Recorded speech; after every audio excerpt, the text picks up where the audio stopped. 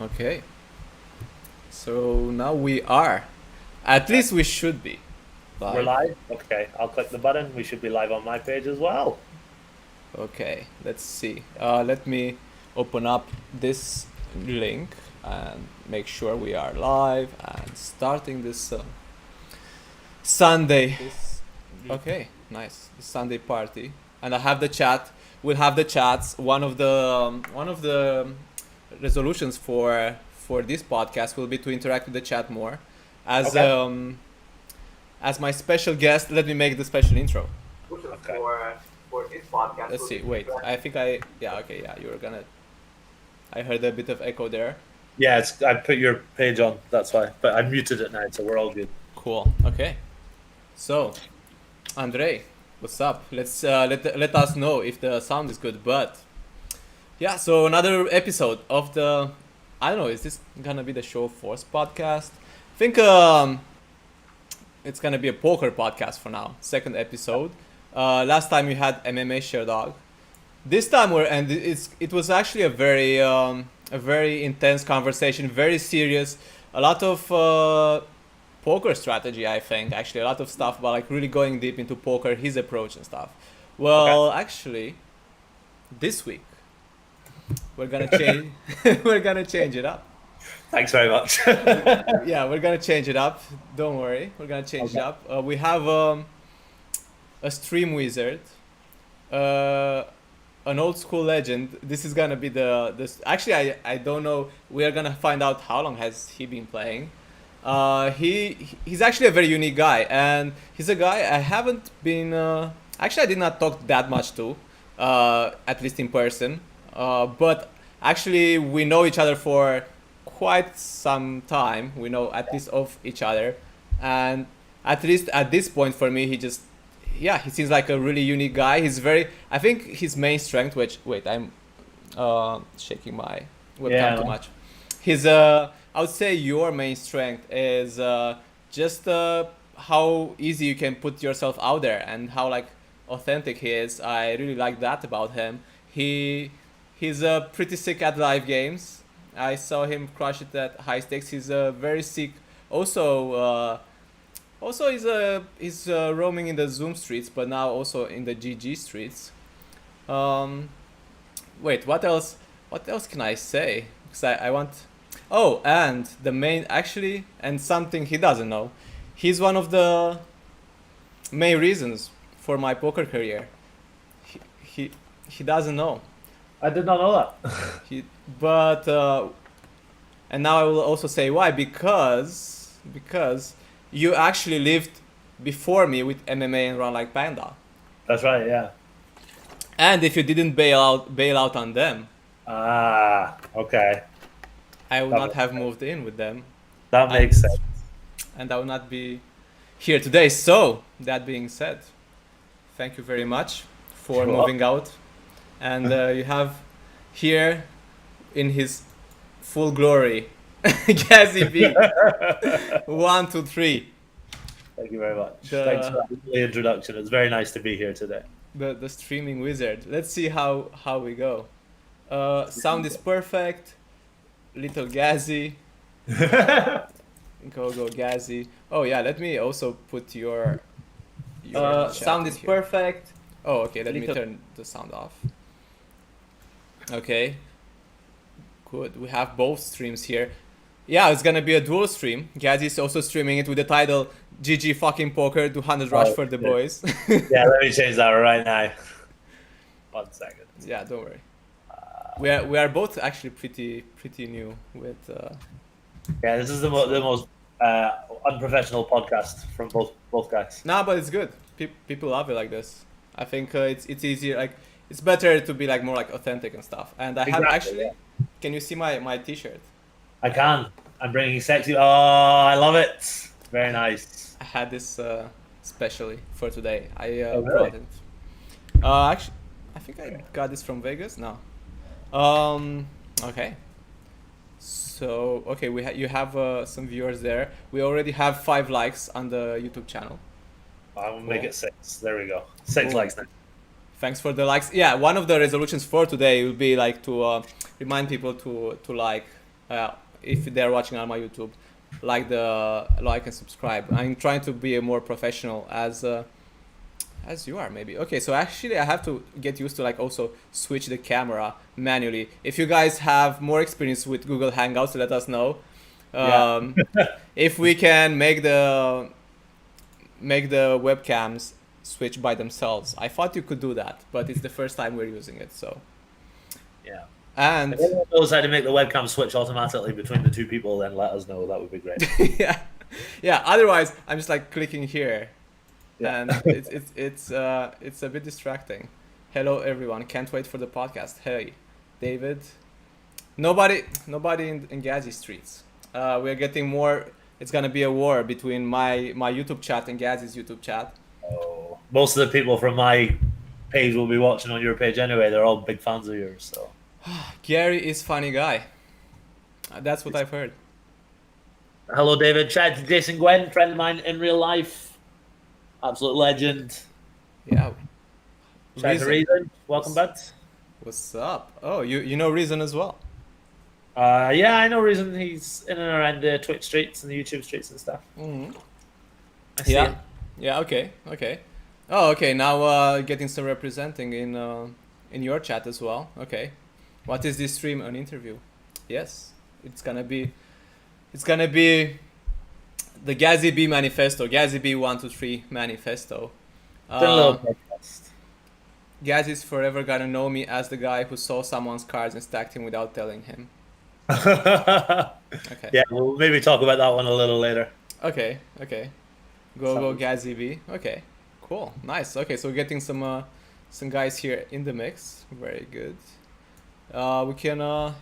We can start this off. Actually, yeah, how are you doing this Corona period? Because I feel like I don't know, like from everyone I've talked to, everyone has, including me, everyone has been going through like some tough times during this period. How is it going for you? It was okay at the start. Now it's really bad. I've been living by myself for about 3 months now. Wow. And I always thought I would love to live by myself, but I think it would be okay if I could still see people that I know and love, but it's just been me on my own for like 3 months. It's been pretty bad. I go up to see my mum a couple of times a week, but obviously I can't go in the house. I have to say hello from a distance. Yeah, so at the start it wasn't too bad, but now it really sucks. I cannot wait to see people that I know again. It's going to be a lot of fun. Oh, so it's like the lockdown's still pretty serious there. Yeah, very much so, yeah. In the UK, we've got really high cases. So, yeah, it's pretty serious. They're starting to slowly ease it a little bit now, but still very much, still very bad. It's not fun. Okay. Yeah, I mean, I was thinking about doing this experiment, like living by myself for like 2-3 months, but yeah, I did not have the balls to do it. Oh, wow. Like I said, I think it would be fine. It wouldn't be a problem if I could go and see my friends and my family and stuff like 3 or 4 times a week. But I haven't seen anyone in months now, so it's pretty bad. So that's why you're streaming so often. That's right. Yeah, I just sit in the house all day, all alone. So what else am I gonna do? Hang out with my internet friends and play some poker. Yeah, exactly. I think. Do you feel like streaming? Yeah, like kind of like fulfills that social need for you, like when you're like just like inside the house for so long. I don't think so. I don't think it fulfills any social needs. It's a lot of fun and I really enjoy it, but it doesn't do anything for me from a social point of view. Because at the end of the day, whilst I'm super grateful for everyone that tunes in, it's not people that I know and I know well and I can go and hang out and have some beers with or play some football or something like that. So it's a lot of fun and it helps take my mind off of things. But yeah, I'd still quite like to go and see my buddies from time to time. Okay. Okay, now we know why he's always in the streets. But yeah, because like when I was streaming, I felt like I do feel like I was being social, and I did feel like it kind of like fulfilled this social need. Okay. Yeah, the resolution for today is gonna be to interact more with the chat, but let's still get this started. First thing you will do when lockdown is over, Gazzy? That's a good question. Actually. I'm gonna move back down to London. I think. Gonna move back down to London and live there for a couple of months. I would really like to go to America and play some live poker, but I don't think that that's going to be possible. I've seen some of the stuff that's set up with like the plastic coverings and stuff, and that's not really appealable to me. Like I think I'll go back to America and play live poker when it's normal again, when everything's fully back to normal. So probably won't be till next year. But as soon as lockdown's over, straight back down to London, play football every day, hang out with the boys. Yeah, looking forward to it. Yeah, actually, oh, I think, wait, did I do it? No, okay, never mind. I thought I did, oh, wait. Huh. I'm just playing around with it, with this Hangouts thing. Sounds good, man. Okay, so now if I'm talking, no, it's not, nothing is happening. I still have to click, damn it. Okay. Can I change my answer? The first thing I'm going to do after lockdown is get a fucking haircut. It's absolutely ridiculous right now. Wait, so you cannot get the haircut? That's why you have this hair? Yeah, you think this is like my choice? No, man. The whole city is like completely shut down. There's like the only place that's open is grocery stores. But as soon as I can get a haircut, I'm going to get a haircut. I cannot wait. Okay, I don't know. I thought like you're just like, okay, fuck it, I'm just gonna get my hair. No, definitely not. Okay, so maybe okay. Okay, makes more sense. Did you consider shaving it? Like just like getting like a shaving machine and just like going like? Yeah, but like I say, I live by myself, so if I do a bad job, then it's just I don't have anyone to fix it for me. So it's not that hard. I did it myself. I did it myself for like a few months. Maybe I'll shave it then. If it's not too hard, then maybe I'll shave it. But I'd look really bad with a bald head. So. Yeah, exactly. Yeah, like so guys in the chat, would you like to see Gazzy with zero, like just absolutely like no hair?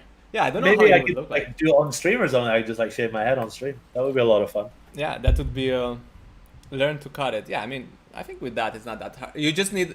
I learned from like Antonis from Black Spot. He told me like you just need like of course like the trimmer whatever and the mirror to go around your back whatever like the back of your head and like with 2 mirrors basically and you can do it. It's not that okay. It's not that maybe I'll do it. I'll consider it and I'll see. Shave it for charity. That's a good idea, but I don't know. I'm a little concerned if I look really bad, because now I have to stream for GG and stuff. I don't want to look terrible. I mean, I already look pretty terrible. Exactly. I don't want to make it any worse. Exactly. Like you have to choose. I mean, like the good thing is if you shave it, it's gonna grow back pretty fast. So it's gonna be like maybe like a few days, maybe 1 week of pain. But you can wear a hat. You can always wear a hat. Streaming with a hat on inside, kind of weird. I don't know. Maybe we could make it work though. I don't know. I'll decide. Okay. Yeah. Okay. Let's actually go because I don't know. Like there's this whole podcast is gonna be me finding out stuff about Gazzy here. Okay. And stuff that I think is pretty interesting about him that I noticed about him like over the years and what like I know like his strengths are. And like I don't know them obviously like very well, but I have some suspicions and stuff I think you guys will enjoy as well. But before going into like some different topics, I want to know like and probably like the guys here in the chats. Okay, you're getting some representation in your chat as well, in the Twitch chat as well, the YouTube chat. Boys, going strong. Represent and thank you very much for joining, guys. We're gonna have a shout out competition. For our chats. Okay. During this in the breaks between topics, we're gonna do a shout out competition. Sounds good. Okay. So yeah, how long have you been playing, and how did you start out playing poker? Because I have no idea. You could be playing for like 5 years. You could be playing for like 10, 15. I have no idea. So I've been a professional now for 6 years. Yeah. The story of how I started is a very interesting story. Maybe not an appropriate story for this. No, let's go. Oh, I can't do it, man. It's very bad. So I started playing tournaments in 2012 when I was a recreational player as a fish. I had some really good results. So when I was a recreational player, I won $10,000 3 days before Black Friday, playing a $109 tournament, and I won $10,400. And me and my older brother, we went to Vegas. 2 weeks later, I had no money left, and I just quit my job, and it was a very fun couple of weeks, but the consequences afterwards were very tough. So yeah, I was playing tournaments. I won 10K, I won 4K, I won 5K, and then I slowly started to try play cash games, and then just decided one day, you know what, fuck it, this is what I want to do. I want to be a professional poker player. I don't want to go to work anymore. And I was very lucky that it worked out okay. I managed to make some friends with some poker players who were fantastic. Back then, they were playing 50 NL, 100 NL. They were very, very good players. And fortunately, I was able to learn from them. And we stayed friends. I speak to them every day. So that was probably the best thing that could have happened, is that I started speaking to these guys, and I was able to learn so much from them at the start of my career. And unfortunately, I didn't go busto. Wow. Okay. So it does seem you're a bit of a degen from the beginning. Okay. Yeah. Massive degenerate, absolutely huge. But obviously, playing poker, I don't like need to be a degenerate because I get my fix from playing poker. But back in the day, I was a bit of a degen. Sick. Okay. Tell us about, like, because I know you're like quite a bit into football. Did you play? I know you were coaching a team at some point. What's your background with football, or like soccer for like guys in America, I guess? I refuse to call it soccer. Let's call it football. Yeah, I played a lot when I was a kid. I played for a local team when I was a kid. I didn't make it into the men's team when I was 19. I had to leave the team because they could only take on a few of the youngsters. And 3 or 4 years ago, I went back and started coaching with them, and started coaching the kids that were playing. And we went to Denmark. There's a tournament called the Dana Cup. We went to Denmark twice. One year we came third out of hundreds of teams. Coaching was a lot of fun. It was really awesome. I was quite good at it. I like to think I could motivate the kids. I think it helped that I had been there myself, and I played, and I knew what it takes to make it to the men's team. So yeah, coaching was really fun. I haven't done any coaching in a couple of years now, but I think one day I'll get back to it. Because it's a lot of fun. Okay, so getting quite a bit of satisfaction from the coaching. Yeah. So you're actually like a professional coach almost. You're like coaching for Bluff the Spot. You're coaching. You're very. So yeah, I guess so. Yeah, it does sound like you are getting quite a bit of satisfaction from coaching, and you had some pretty sick results. Okay, so but it does sound like you kind of, do you like miss it now? Do you like? Yeah. Do you have any plans to go back to it? Oh, I definitely will go back. I'm gonna, when I move back down to London, I'll find a team down there and get back into it. But one of the great things about it is some of the kids I used to coach, they're now like 20, 21, and I bump into them in the streets, and they're like so happy, and they say hello, and it's nice to catch up with them. There was one kid, I won't say his name just in case he's watching, but he was when he was like 16, 17, he was not a nerd, but he was like shy, and he was quiet, and he wasn't like physically developed. And I saw him a couple of days ago, and he's like 21 now, and his girlfriend's beautiful, and he's just like walking down the street with his sunglasses on. It's like, shit, you used to be a little nerd, and now you're like a young man. It was really cool to see. That's really, okay, that's really cool. So would you, okay, if you had a chance, would you go for like a professional like football coaching career? Yeah, for sure. It would be very, very difficult. You need to basically have been a professional player yourself, and then once your career is over, you go towards coaching and stuff. But I think so. I think I'd like to do that, like a youth football coaching thing. Maybe not professionally, but semi-professional, I think would be pretty cool. How old is he? How old is GazzyB? 30. 30. Yeah, you do look like 18. I know, right? I look really young, but unfortunately I'm 30. I turned 30 a few months ago, and I'm struggling with it still. It's not fun being 30. How old are you, Daniel? I'm 31. Oh, you thought you were older than me? I thought you were younger than me. No, I'm older. I'm older, bro. Yeah. There's a really well-known German reg called Julian. His screen name on Stars is JVL. You know who I'm talking about? JVL Star 999. Yeah. So we went for lunch in London like 9 months ago, just before I turned 30, and we were talking about it, and I said, I'm going to be 30 in a few months. He was like, dude, once you turn 30, your priorities for life will completely change. And I said, what do you mean? He said, honestly, just you're going to be so much more thinking about your future and what you want to do and if you want to get married and stuff. And I said to him, I was like, nah, there's no way that's going to happen. That won't be me. And he's absolutely right. As soon as I turn 30 now, like I'm thinking about my future and I'm being a little bit more responsible and stuff. So yeah, it sucks being 30, but I've grown up a little bit now. Damn, the prophecy. All right. The prophecy. That's such a wise man. I think that, yeah, I definitely, yeah, I agree with that. I feel like, yeah, as I turn 30 and stuff, I think you kind of like realize you're gonna die more. It's more like, wait, it's like, wait, I don't have infinite time. So I think it kind of makes you like prioritize your, yeah, think about like what's important with your life and kind of like think like where is it going, because I don't have like infinite time. I think it's more like you get more like time aware and the consequences that come from that. Completely agree. Yeah. Okay.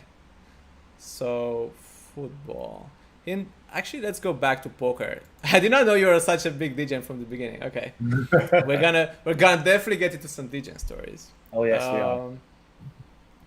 And actually, wait, let me switch it back here. Your approach to poker is actually a mystery to me, because I think you have like a very unique style, a very unique approach.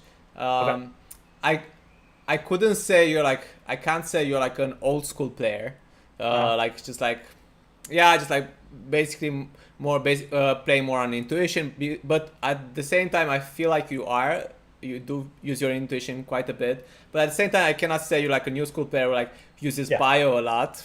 Yeah, that's fair.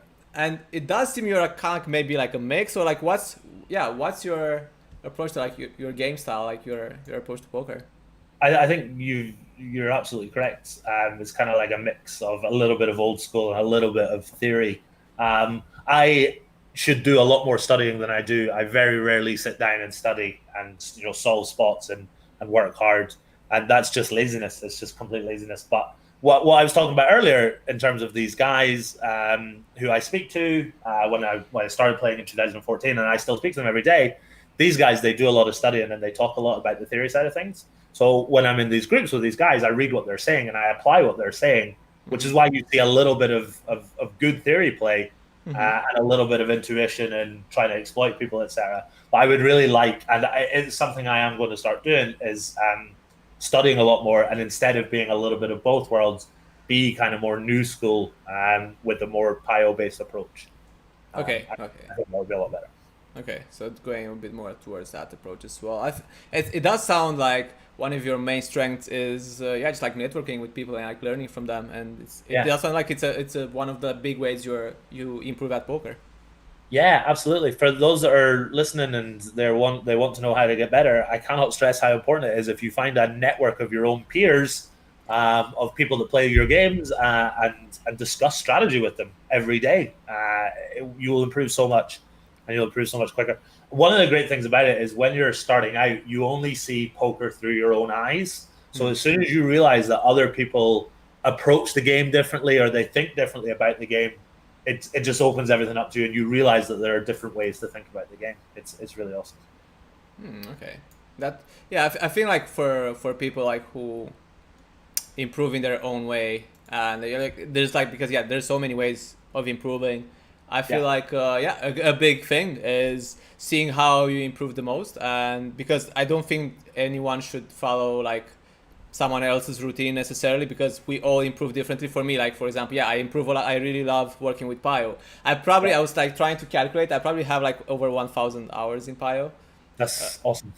Or like at least a few hundreds of hours, but it's just like how I like to improve. But then actually I do lack a lot on learning from other people, like from people, because I'm a bit arrogant and I feel like like nobody's better. But I've been watching actually lately some running twans videos from Sauce, and like a few, just like looking at it, it's like, oh yeah, like it's so good when you, like you said, like when you're getting like someone else's perspective as well. And that's also how actually MMA came up a lot. He's still today, he's very rigorous with that. He's always in the high stakes thread, always looking at hands, always trying to learn stuff from the guys he respects. So there's like definitely multiple ways to get better, and kind of like see which one you enjoy more, because I would bet maybe like Gazzy enjoys PIO less than me. Yeah, a lot less. Well, no. When I actually do it, it's not a problem. Like if I sit down and I run a script and I look at the 30 different flops, etc., that's not too bad. I quite enjoy that. But it's the idea of actually doing it. I don't want to do it. But when I start doing it, it's not so bad. It's kind of like cleaning your room when you're a kid. You don't really want to do it, but once you start doing it, it's not so bad. I think that's a good analogy. Yeah, nice. Yeah, nice analogy. Yeah, okay, that makes sense. Oh no, I'm going to turn 30 this year. Vegas says. Okay, sorry. You're Don't do it, gonna. Vegas. Stay 29, man. Don't do it. Yeah, just don't go for it. So Yeah. much respect that you can live on your own in Corona and don't go crazy. I think I can't do that. I want more family and friends around. Yeah. Yeah. Come on, guys in the chat. Let's give Gazzy a bit of a shout out here for like doing so well. Like he's still not going crazy apparently. And Well, I have gone a little bit crazy. okay, But thanks very much. I hide it in, so it's okay. I have gone a little bit crazy. Okay. Uh, 200. Okay. What stakes does Gazzy play? What Uh, games do so you play? I play 200 NL on PokerStars. I play 200 NL on GG Poker. I have a bonus. They gave me a little bit of rake back on PokerStars. As soon as I clear that bonus, I'll probably be finished with PokerStars. And I play 200 NL on GG Poker, where you can watch on my stream. And I play a little bit on some apps like Poker Bros and things like that. Okay, so mixing it up, roughly.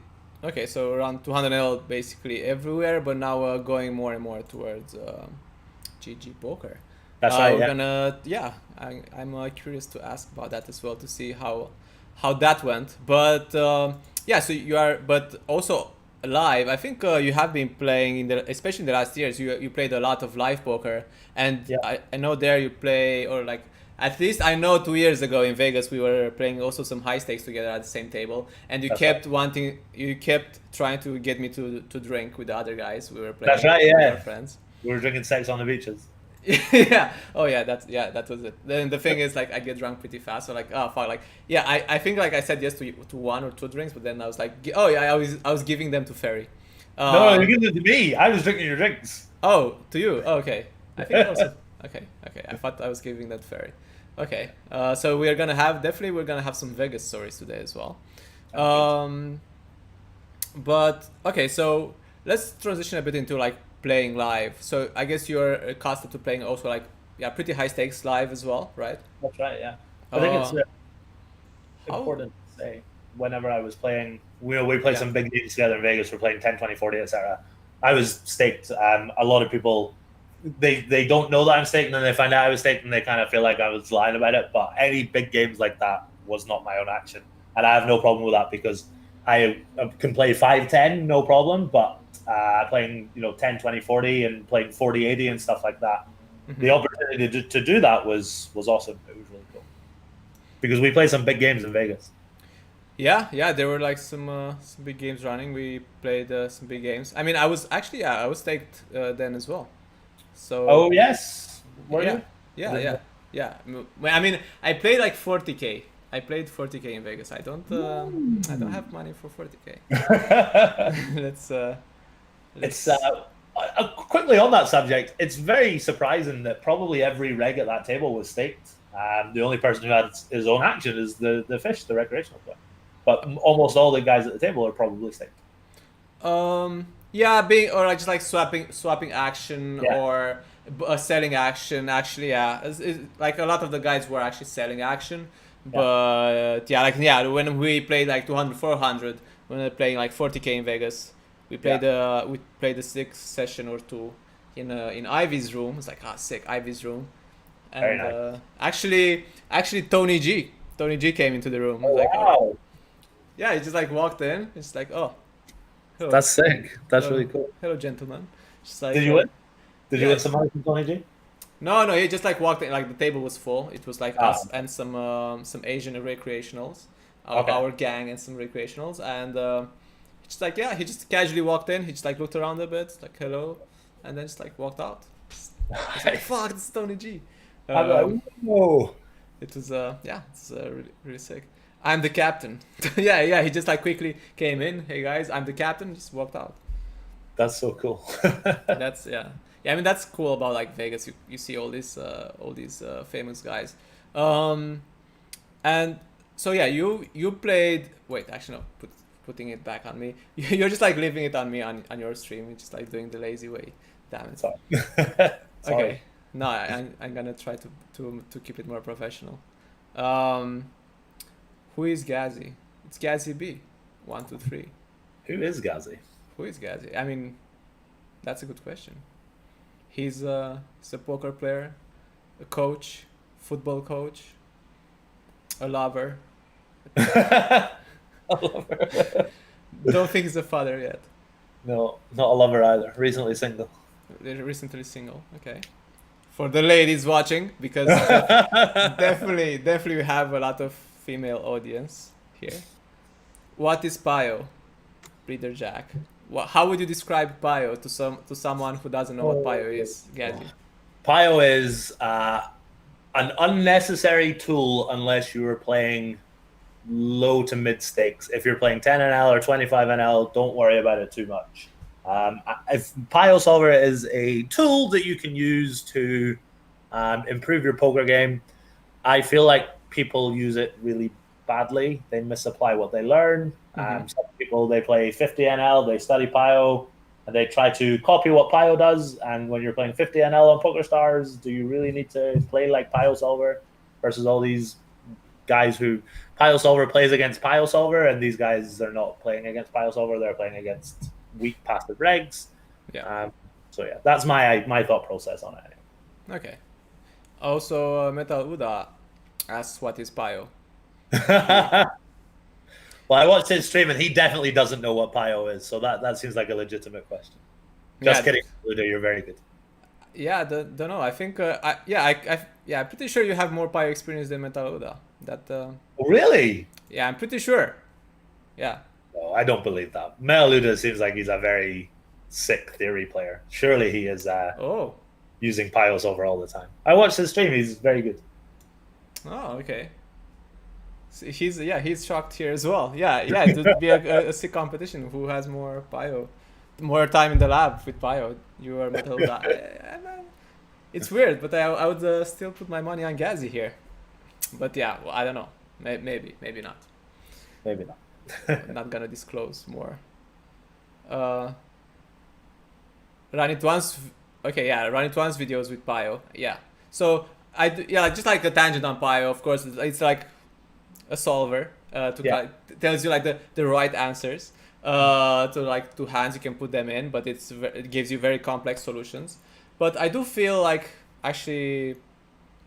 Also, as Metal points out, I think videos of other people using Pio and trying to like explain things with Pio for at least in the beginning until you get to like low mid stakes, it's actually way better. And that's what I would advise like everyone like playing like low stakes, micro stakes especially. Just watch videos of people using Pio and explaining strategies with Pio rather than like just trying to use Pio by yourself. Yeah, I agree. Why not play above 200 NL online? Still taking shots, or is it just a comfortable level? The games 500 Zoom is unbelievably difficult on PokerStars. It is so difficult. So I do play above 200 NL, but it's on these apps like these PokerBros apps and things like that. It's just there's no point me playing 500 NL on Stars. I did it for 1 month, and my graph was like this. It was just up and down and up and down and up and down, and it's so stressful. It's very difficult. So I think I would need to do a lot of studying before I try to play again. 200 NL is very comfortable. I think I have an edge at 200 NL, and I'm okay with that.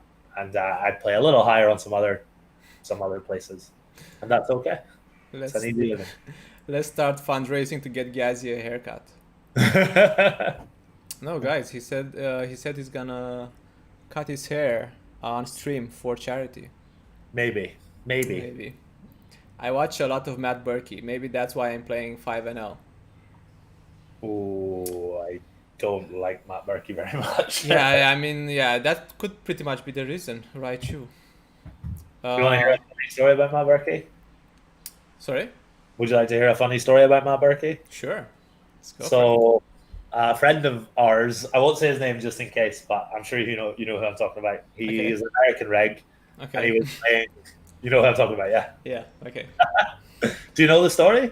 No. Do you know? Okay. I don't think so. But yeah, you go for it. So anyway, our friend is playing against Matt Berkey heads up. They're playing 5-10. They're like 200 big blinds deep. Okay. And let me think if I can work out the hand history. So Matt Berkey opens the button. Our friend has pocket queens and he 3-bets. Yeah. Matt Berkey 4-bets. He's got pocket 3, so obviously he 4-bets. Yeah. And then our friend 5-bets, but doesn't 5-bet shove. He just like puts out a small 5-bet. Yeah. Then Matt Berkey calls, and the flop is like 5, 6, 7, and our friend just goes all in, and Matt Berkey calls with pocket 3s, and he loses. Okay, so he loses this like 4K pot. Yeah. With pocket 3s. So Matt Berkey, a couple of days later, my friend told me that story, and we were laughing about it. And a couple of days later, Matt Berkey put on his Instagram about how he won a tournament for like $12,000. So I replied to his story because I didn't think he would ever read it, because most players, they don't read their stories. Yeah. So I replied to the story saying, it's really good that you can win all this money playing tournaments, so you can 4-bet call with pocket 3s at the cash games. And then he read it and he replied saying, "Oh, sorry, is gambling illegal nowadays?" And I just didn't reply. I was too scared to reply. Okay. I was just like, oh shit. I felt like I had been told off in school and I just didn't reply. Wow. Sorry. Please don't beat me. Savage. I'm pretty sure if Matt Berkey ever sees me in real life, he's going to beat the shit out of me.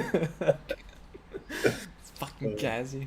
I know, right? But it does seem like you have that side of you where like you kind of, so overall you seem like a very nice guy to talk to and stuff, but it sounds like you do like talking some shit to people. It sounds like a little bit, yeah. Because I was like, wait, like Gazzy seems like such a nice guy. He's like such like, I don't know, like a warm personality. Why would people hate him? Because like, since like some guys don't like you that much. Yeah. And then you hear this Matt Berkey story, Instagram reply, sense, and then like, oh, okay. It's I think every poker player has like a little part of them that's just like a complete dick. Like it's in our nature, you know. In order to be a successful poker player, a little part of you has to just be like a bit of an asshole. Yeah. And as well as that, every poker player like secretly wants all their friends to lose all the time as well. Like I don't know if you agree with that or not, but every poker player, like if one of their friends like wins the Sunday Million, like 90% of that person is happy, but 10% of me is like, oh shit, I'm a bit jealous. Yeah, actually, yeah. What do you think? Yeah, guys in the chat, is that true? Do you feel like bad when your friends are winning, or if they would ship, if they would ship the Sunday Million instead of you? Yeah, exactly. Like a little 10% is just like a little salty about it. Hopefully, I'm not the only one that thinks that. No, I think it's normal. I think it happens more when you feel like there are people like around your level or like slightly higher than your level. Yeah. I feel like you don't really feel it like when people like are playing like, I don't know, like 5 stakes below you or something. When they're like, they can win. But yeah, I think we all have this competitive. Glad to hear I'm not the only one. Definitely. What are these friends? Okay. Wanting your friends to lose flips is a mental aspect. That is quite true. Okay. And just to be clear, I'm well aware that it's a terrible thing and I shouldn't do it, but it's just the way I am. I can't change it. No, I mean, I think that this is completely normal, and yeah. I was feeling extra bad when Vasilikos shipped the million. Yeah. When who? Yeah. Who's Vasilikos? On Stars, Vasilikos. Oh, he's a reg. He's a 200 zoom reg? Yeah, I mean, not 200 zoom anymore. No, he's a million. Congratulations. He was actually... He progressed a lot. He was playing 200 Zoom like some time ago, but he's my first official student, one-on-one student. Oh really? Yeah, and he made some really sick progress. I had him when he started getting coaching from me. Actually, he's the one who convinced getting me like after I stopped being a coach for Bluff the Spot. He's the one who convinced me to start coaching again for like hourly. And come on, like, do you want to coach? It's like, okay, I'm gonna think about it. And yeah, actually, I did a lot of coaching with him. And when he started off, I hope he's not gonna mind this, but I mean, he knows. I think he agrees. He knows. I had him tagged as a fish reg on 200 Zoom. I had this note where I'm not sure if someone is a fish or a reg, so I kind of but he's not a big obvious fish. So I have this note. It's like a fish reg. So I had him tagged as that, and I did not know. Of course, I did not know because I tag people all the time. So we started doing coaching and stuff, and I watched like some of his gameplay. I was like, oh wow, okay, this guy's pretty bad. sorry, Vasi, but yeah, this guy is pretty bad. Okay, he's kind of like a fish rag here. And then yeah, like I go to play and like I see his screen name in my stars. He was marked as a fish rag. It's like, oh okay, I gave him the appropriate mark, but he's actually like a very competitive guy. And once we did coaching, he started improving really fast. And yeah, some months later, actually yeah, some time later, after like quite a bit of coaching, he's crushing 500 zoom. He was like, he gave me like a graph or like whatever. Yeah, he was yeah, he showed me he was like really like he had the. Wait, let me approve I've just realized who he is. I know who we're talking about now. He's a Buckley spot student. I just realized. Yeah, I play against him at 200 zoom. He's very tough. Yeah, he's very good nowadays. And yeah, he showed me like some kind of like sick like 500 zoom like 6 PB win rate over like large samples. Like sick. Okay. Yeah, good for him, man. Congratulations, Vasilikos. Well done. Yeah. Very strong player nowadays. And actually, that's what I hear from people as well. But except from Metal, he still thinks he's fucking bad. Yeah, actually, I don't know. Like Metal, how are the duels going between you? Because I guess you guys played some hands, you and Vasi. Who's coming out on top? So if Vasi is the guy I think he is, the other day he 4-bet me, and he types in the chat like, I have it or something like that, and it was just so obvious he didn't have it, and he didn't have it. I was like, I flopped the set. I called the 4-bet. I flopped the set, and he just didn't have it. It was just so obvious he didn't have it. So maybe you could give him coaching on his chat game because it's obviously very bad. Yeah, that sounds like that sounds maybe like him. I know he likes to chat and talk shit in the chat. Okay, yeah, that's but yeah, very good guy, very strong player. Actually, yeah, he's a strong player. I was talking to another HighStakes pro actually, that is from the same city he is from, in Greece, okay. But people don't know that. Okay, Gazzy got him Spurtard deck, I think. Yeah, maybe he doesn't want to talk about that. If you guys have got me tagged as Sputard, that's completely fine. That's true. It's very true.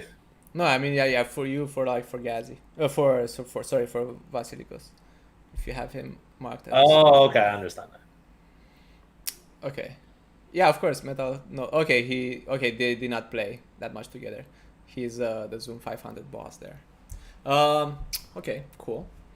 Let's do we have let's do some shout outs. Okay, let's do it. In the Twitch. So okay, I'm gonna go first with the guys from the YouTube, and you go do shout outs for the guys on Twitch, right? Okay, let's do it. Okay, let's see. So I'm gonna go first. And we have Charlie motherfucking S in the house. Metal Uda, the Greek end boss there, partnering and like the investment guru. He's very good with investments as well outside of poker. Also along with Robur95, aka Antonis, aka Greek boss. We have David, who I'm pretty sure he's from my Discord. He's always asking. He's like the biggest question asker of all times. He's like a professional question asker. What guy are we talking about, for example? We have Zankui Senpai, Jongjong KSDVJ, Oliver Biles, someone with a very normal name, and what's done in the dark stays in the dark. Andrea Deer, our one girl that is watching. Yeah. Okay. Hello, Andrea. Max Lacerda, I think it's Lacerda. Okay. And Phil K, and Andre, of course, the strong reg here, strong Discord reg. So shout out to all the Discord crew, and now it's your turn to do some shout outs, guys. Well, first of all, you did that with a lot of energy. I was very impressed. I'm not going to be able to do it with the same energy. Bring it, Gazzy. I won't do it like this. Let me see who we got in the chat. Shout out to Raichu, Edward Buttfingers, Troubled Town, Theo. One of your friends to lose flips is a mental aspect. That is quite true. Theo knows what I'm talking about. Theo wins hundreds of thousands of dollars every day and puts on his Instagram, and I just hate him as a result. Just kidding, Theo. Who else we got? Jane Escobar, welcome. Man on Fire. Man on Fire doesn't like me. He just trolls me. He just makes my life a misery. He just doesn't like me one bit. Who else have we got? Beam of Suds. Likes to look at people's hole cards and then call 4-bets with Jack 7 suited. That's a true story. Noel No-Fold in the mix. Who else have we got? Room 65. I'm really disappointed that Beam of Sud hasn't responded to that yet. I was just joking, obviously. Big shout out for those that have joined us today. Having a lot of fun on the hangout. So yeah, that's my shout out. Good, okay. My shout out was terrible compared to yours. I'm very sorry. No, it's good. You had some decent shout out game. Okay, we're gonna do it a few more times over this stream. Awesome. Okay, let's let's get into some more stuff, some more GazzyB here. Let's find out some more gems from Gazzy here. Okay, I know you are someone who we talked about. Oh yeah, and like the player we were talking about before, it's Vasilikos is like a very strong stars reg, because people were asking. Okay, but I know you played a lot of live poker, and you're playing a lot of live poker. Yeah. What are some tips for like when you're going on trips? When you're like, how are you doing it with like accommodation, or like what are some tips for like traveling and playing poker live on the go? I really like going to new places to play live poker. For example, I was in Florida. I went to Fort Lauderdale and I went to Tampa. So really awesome to do that. In terms of travel, best advice I can give you is to make friends with your Airbnb owners, because then when you go back to these places, you can get a discount, you can get a better deal, you can arrange it with them directly instead of having to pay the Airbnb fees. But yeah, get out there and explore. It's a lot of fun. There are a lot of good games all across the United States. A lot of really friendly people. I really enjoy live poker. I can't wait to get back there. Sick. Okay, this was a pretty good tip. With like becoming friends with the hosts, with the Airbnb hosts. I got my buddy Misha in Fort Lauderdale. He gives me a hookup now. Whenever I go back, he's gonna get me a room, and we're gonna do it without Airbnb, and it saves us both a little bit of money, which is nice. Cool. Okay, that's pretty cool. It's a pretty good tip. And I know like because again, like going to Vegas, going to all these places, playing poker. It does seem like, and you are also a guy who likes to put himself out there. It does seem like you met a lot of poker players over the past years, playing a lot of live, maybe like living with them. What are your thoughts? Because on poker players in general, because you met quite a few guys. What do you think about like the poker community, about like poker players you met and stuff? Well, that's one of my favorite things about going to Vegas every summer is the guys that I have met. There are so many guys that I've met through 2+2. We arranged to stay together in houses, and we're now friends for life, and we talk every day. There are some very weird poker players out there. There are weird poker players. There are weird people in all aspects of life. But one of my favorite things about the series is to hang out with the guys who I only get to see once a year, twice a year, and we have a lot of fun together. So yeah, I've made a lot of friends, and these guys are now not poker friends; they are just proper friends. They are life friends, shall we say? I like Gazzy's hair more than Daniel's. Okay. I really disagree. I think Daniel has great hair. I really admire Gazzy for his hair. Thanks very much. Okay, let's hear some weird poker player stories. Of course, no names or like stuff, but what are like some weird stuff you saw from other poker players? Just people who are generally weird. Like you get a lot of socially awkward players, particularly online guys who play online and then they go to America for the series and they play live and they just don't know how to talk to people because they are just a little bit shy or weird or whatever. I can't think of any specific stories where I've had people being weird. I can tell a really good story. So there's this.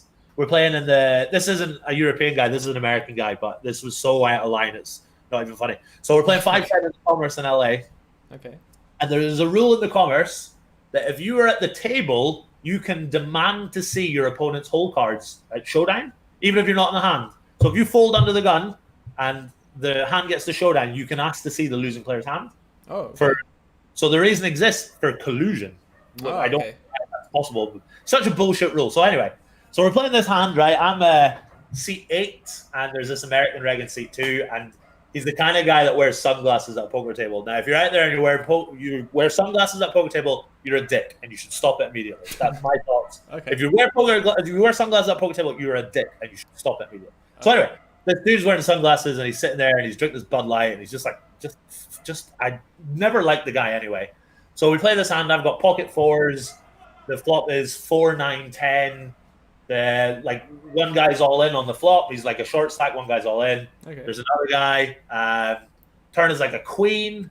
I go all in on the turn. This guy folds, and then the guy who's all in the short stack shows king jack, and the river's a brick, and I don't win. So I'm a little frustrated. I tap the table and say, nice hand. So this guy with the sunglasses, he's not in the hand, and he leans in and he says, dealer, I want to see those cards. And I'm like, sorry, what? And he's like, yeah, I want to see your cards. And I was like, why do you want to see my cards? And he's like, it doesn't matter why I want to see them. The rule exists, bro. So I was like, fuck's sake. So the dealer turns over my card. And I was shouting at the guy. I was really out of line. I wasn't mad that I lost the hand. I just think it's really unacceptable that this guy just wants to get the information. Okay. So anyway, 2 days later, I'm at the table with a guy, right? And there's another important character in the story. There's a guy called Buffy. And he's a really, really nice guy, right? He's like... He's from LA. He's like kind of like a hippie. He's got like a flowery hat. He eats vegan food. He's a really nice guy, right? And he was at the table when this happened. Okay. So me, the guy in the sunglasses, and Buffy are at the table, right? So this hand develops where like it's like a big pot. Buffy bets really big on the flop, and the guy calls, and then the guy checks, and then Buffy checks the turn. But as Buffy checks the turn, he like looks at me and smiles, and I'm like, okay, I know what's up here. I know what's going on. So anyway, the guy in the sunglasses bluffs the river, like all in. Buffy snap calls, and the guy's like, yeah, you got it. 7 high. And he goes to fold his hand. So I just lean across and say, dealer, those no cards, please. And the guy was so fucking mad. He was like, I don't even care, bro. You just want to see my cards because I did it the other day. And I'm just sitting there just like, oh, this is just so much fucking justice in this minute right now. But it was so cool because like on the turn when Buffy checked back, he just looked at me and he started smiling. I was like, yes, here we go. And then I just leaned in and was like, dealer, I want to see those. I was so fucking mad. It was so enjoyable. Wow. Okay. That's one of my favorites. It's pretty sick story. Revenge Gazzy. Gazzy the Avenger. Okay. So good. Okay. That's somebody has asked in the chat, is that pillow moving by itself? There's a pillow behind you and it's just like moving a little bit. Yeah, I have a magic pillow. You have a magic pillow? Nothing to do with the cat that I heard in the background? No. Cat? No, I don't have a cat. Oh, okay. Maybe the pillow is meowing. No. Yeah, no, it's maybe from outside because I have the window open. Okay. Oh. Yeah, my parents never allowed me to keep pets, so now I don't have pets. Oh, man. Also, yeah, it's a sad story. That sucks. That pillow is literally fucking, it's like a person. What's going on? No, I told you. I mean, it was like extra expensive, but yeah, it's a magic pillow. Okay, cool. Kind of freaking out. Go.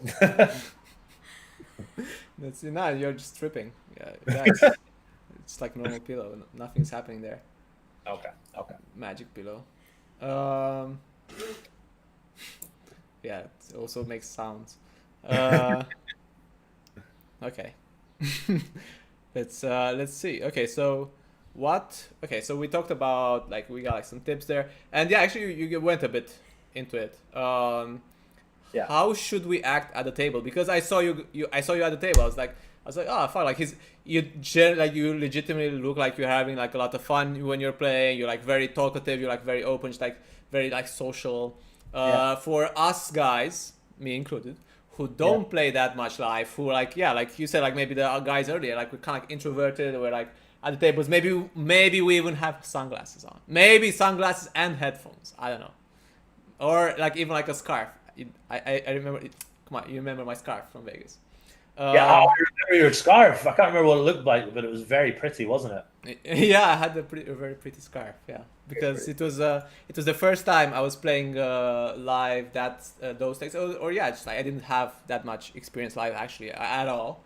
And I was like gonna play like very high stakes, like fuck, I know these guys, like they're looking at the pulse here and the neck, so I'm just gonna fuck, I need the scarf because I'm gonna be pretty nervous in these like huge pots. Yeah. So I just brought the scarf, and like the guys were giving me shit for it every time. Like, oh, okay, are we gonna play? So I just like go and like pull out my scarf and just like put it around my neck. So, okay, I'm ready. So I got a lot of shit from from the guys because like they were like like MMA, B2 Easy. Like they were like in Vegas for like quite a few times already, and like. Yeah. B2 is like he's very relaxed, for example, when he's playing. But I was like they're like I was like as a literal robot, like with my scarf, like trying to not give anything away. Yeah. Right, I got a fun story. Don't move 1 second. I need to get a prop for this story. 1 second. Okay. You keep the chat entertained. Okay, getting a prop. Okay, we're gonna get into some Vegas stories, guys. How was his journey moving up his stakes? Did he have any trouble moving up? And if so, what helped him the most? Okay, I'm gonna ask that. Here we go. You ready? So this is okay. I shouldn't say this because I play live with some of these guys that are watching. But if I'm playing live, right, and I go all in, and the person is in the tank, and I'm sitting with my headphones on like this, right? Yeah. After about 15 seconds, I go like this, and then I sit like this. So I'm making it look like I'm trying to cover my pulse. So I only do this when I have value, because you're not nervous if you go all in, you got the nuts. Yeah. I just kind of go like this and just sit like this and pretend like I'm trying to cover up my nerves. And it works every time. They just call. It just happens all the time as well. Wow, sick. See guys, that live experience, like being smart. That live experience, wow, sick. Okay, so that's a good one. I mean, I would be like, okay, like I would just not read into it at all.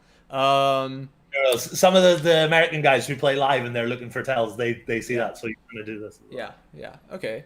Yeah, actually, yeah. Let's talk a bit about like tells. Do you look for tells? Do you like? Is it like a big thing? Like, yeah. What's your take on that? And like, what maybe like some tells do you look for? Like maybe like in a fish or stuff. So I'm not great. That's one thing that could definitely be improved. There are some very good books out there about poker tells, because poker changes a lot. Like the strategy changes a lot, but one thing that will never change is if a fish drinks his beer a certain way, he is going to be strong or weak. So the tells are never going to change. So I don't look too much. Daniel Negreanu was right. What, he said that? Oh, you can't be all loosey goosey eating the sandwich. No. He's like, I think I heard something where like I know a video or something like with Daniel Negreanu where it's like, oh, he drank from his water like this, and that told me something. Or yeah, but that's never going to change. That's never going to change. So I really should learn how to read the tells and stuff. So I'll tell you one fun story. When I was learning about tells, like I had no idea, and I was learning about tells, and a friend of mine told me a tell. He said, if a fish goes all in, like an old man goes all in, and he folds his arms and he looks away from the table, he has the nuts. Like he just always has the nuts. So my friend told me the story, right? And I don't know how, but I heard it as when a fish does that, he's just always bluffing. Like how I got it so wrong. So we're playing in this game. We're playing the Venetian. We're playing 2-5. The fish does this. He goes all in, and I'm sitting there. I've got like second pair or something like that. I'm thinking about it. And the fish just goes like this. Holds his arms on the table, and I say, yes, I know that's a tell. Call. Like, yeah, I've got bottom set. And I was like, fuck's sake. So I'm telling my friend the story afterwards. And I'm like, yeah, it was really weird. The fish went all in, and he did this, and he looked away, and that means weakness. My friend was like, what? No, that doesn't mean weakness. That means unbelievably strong. I was like, all right, okay. I just lost $1,000 because I don't know how to follow it. But then from now on, I know that if you're playing with an old man and he crosses his arms and looks away from the table, they just have it up. If any fun player looks away from the table pretending like they're not interested, they just have them. Okay, that sounds okay. That sounds like a That's the only tell that I know. Yeah, exactly. Very very useful one actually. Okay, that's cool. And let's go back to that. Like, yeah, how should people act at the table? What's your view on that? Like, how should we, yeah, like as for example, yeah, like online guys who don't really play live. Like, what's your take on that? Like, how should you act on the table? Like, when it's like fish at the table, how should you act towards other players, towards the fish, or like fun player? Great question. I think it's really important. A lot of people say that you should keep the fish entertained and this, and this, and this.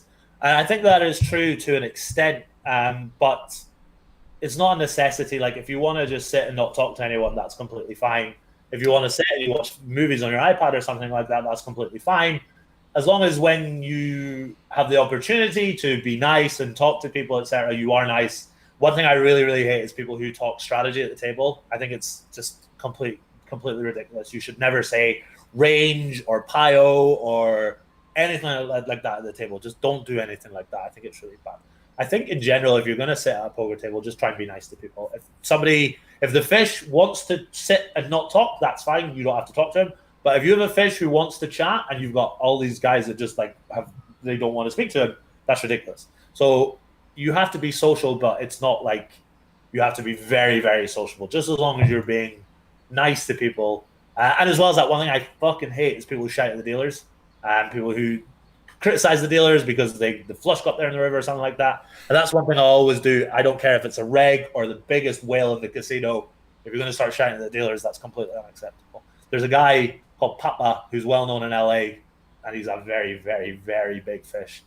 And he was like threatening to get the dealer fired one day because the dealer dealt the card to him just a little too hard or whatever. And I was sitting right next to the guy. It was completely ridiculous. You can't let people do that. You got to stick up for the dealers because the dealers take so much shit, and it's completely unacceptable. Yeah, that's actually very true. Okay, yeah, that's pretty retarded. Just, of course, I mean, I understand. Like, that's probably like more like a fun player thing. But I guess like I would guess regs do that as well. Maybe I've seen a couple of regs do it, and I don't have a problem telling the regs. The only time I didn't do it, and the guy wasn't being mean to the dealer, but he was like kind of like muttering under his breath. He was like, "Fuck's sake, dealer, every hand," and stuff like that. But he was a fucking scary dude. Like, he was a fucking. So I sat there and didn't say a fucking word. Okay. He's like bald heads, like Latino fella, like goatee, tattoos. He was just a fucking scary dude. I was like, you can do whatever you want. I'm not gonna say anything. Okay. Show force. Any smoke breaks? No, actually, you don't smoke either, right, Gazzy? No, I don't smoke. Yeah, we don't smoke either. We're like gangsters. Gangsters don't smoke. Yeah. We're all about the health and the fitness, aren't we? Yeah, exactly. Why are you laughing? What's funny about that? No, I mean, I just like someone in the chat was laughing, and I was like interpreting the LMAO, Mao. Gaz is the best storyteller ever. Yeah, he's very good with stories, definitely. Actually, yeah, like since we're like on the stories topic, do you remember the story when you and Jared came behind me and I lost that big hand? Oh yeah, I remember. Do you want to tell the story of like from your perspective what happened? Because it was a very like, so like we were like in Vegas and I'm just gonna start it. So we are in Vegas. I'm playing. Go for it. No, first I want to see like to hear like your perspective, because I don't know like what happened. So from my view, what happened is like we're in Vegas, whatever. Like I'm playing and I'm at the table, and actually Gazzy and Jared, like a friend of ours, strong American reg, comes come behind me, and I'm like, oh yeah, hey Daniel, what's up? And it's like, oh yes, hey guys, I have just like a hand, and like I was starting to play a hand, and I know like I saw like they were like sitting there behind me, like okay, then I just play the hand, and then I get into a massive pot and I lose like a really like big pot, and then I was like, oh fuck, this sucks, and then like I turned to them like did you guys see the hand? And they were just like gone. Gone. I remember, didn't you like you? It was like a 5-bet pot, and the guy like flopped a set or something like that. You got really unlucky. I remember. Yeah, I got really. Because how is it like from your perspective? Like, so you come, like you see like me playing. Yeah. I think we were a little drunk at the time as well, because when we're in Vegas, we just drink sex on the beaches all day, every day, and so we're just always constantly like a little drunk. But I remember like we were standing behind you and we're playing, and then like I think you had like aces, and then it was like you had like the guy that called like a 7-bet and flop top set, and you had like this really sick spot on the river, and we were just sitting there, and we were like, oh my god, poor Daniel, he's had a really tough summer, he's lost so much money, he just keeps losing, he's running very bad. And then we saw you call or something like that, and then he like showed the nuts, and we just ran away. We just felt really bad for you. The last thing you want to see is like drunk GazzyB and drunk JP be like, hey bro, what's going on? You're like, yeah, I just lost another 20k pot. This fucking idiot. calls. So we just ran away. It's easier to deal with the situation by running away. Okay, yeah, because I thought that was pretty funny that you guys just like disappeared. I was like, oh, okay, like I can just like talk to them about the hand maybe or whatever, and then they're just like gone, like nobody was there anymore. That's like, okay, this was fun, pretty funny. Although yeah, that really hurt.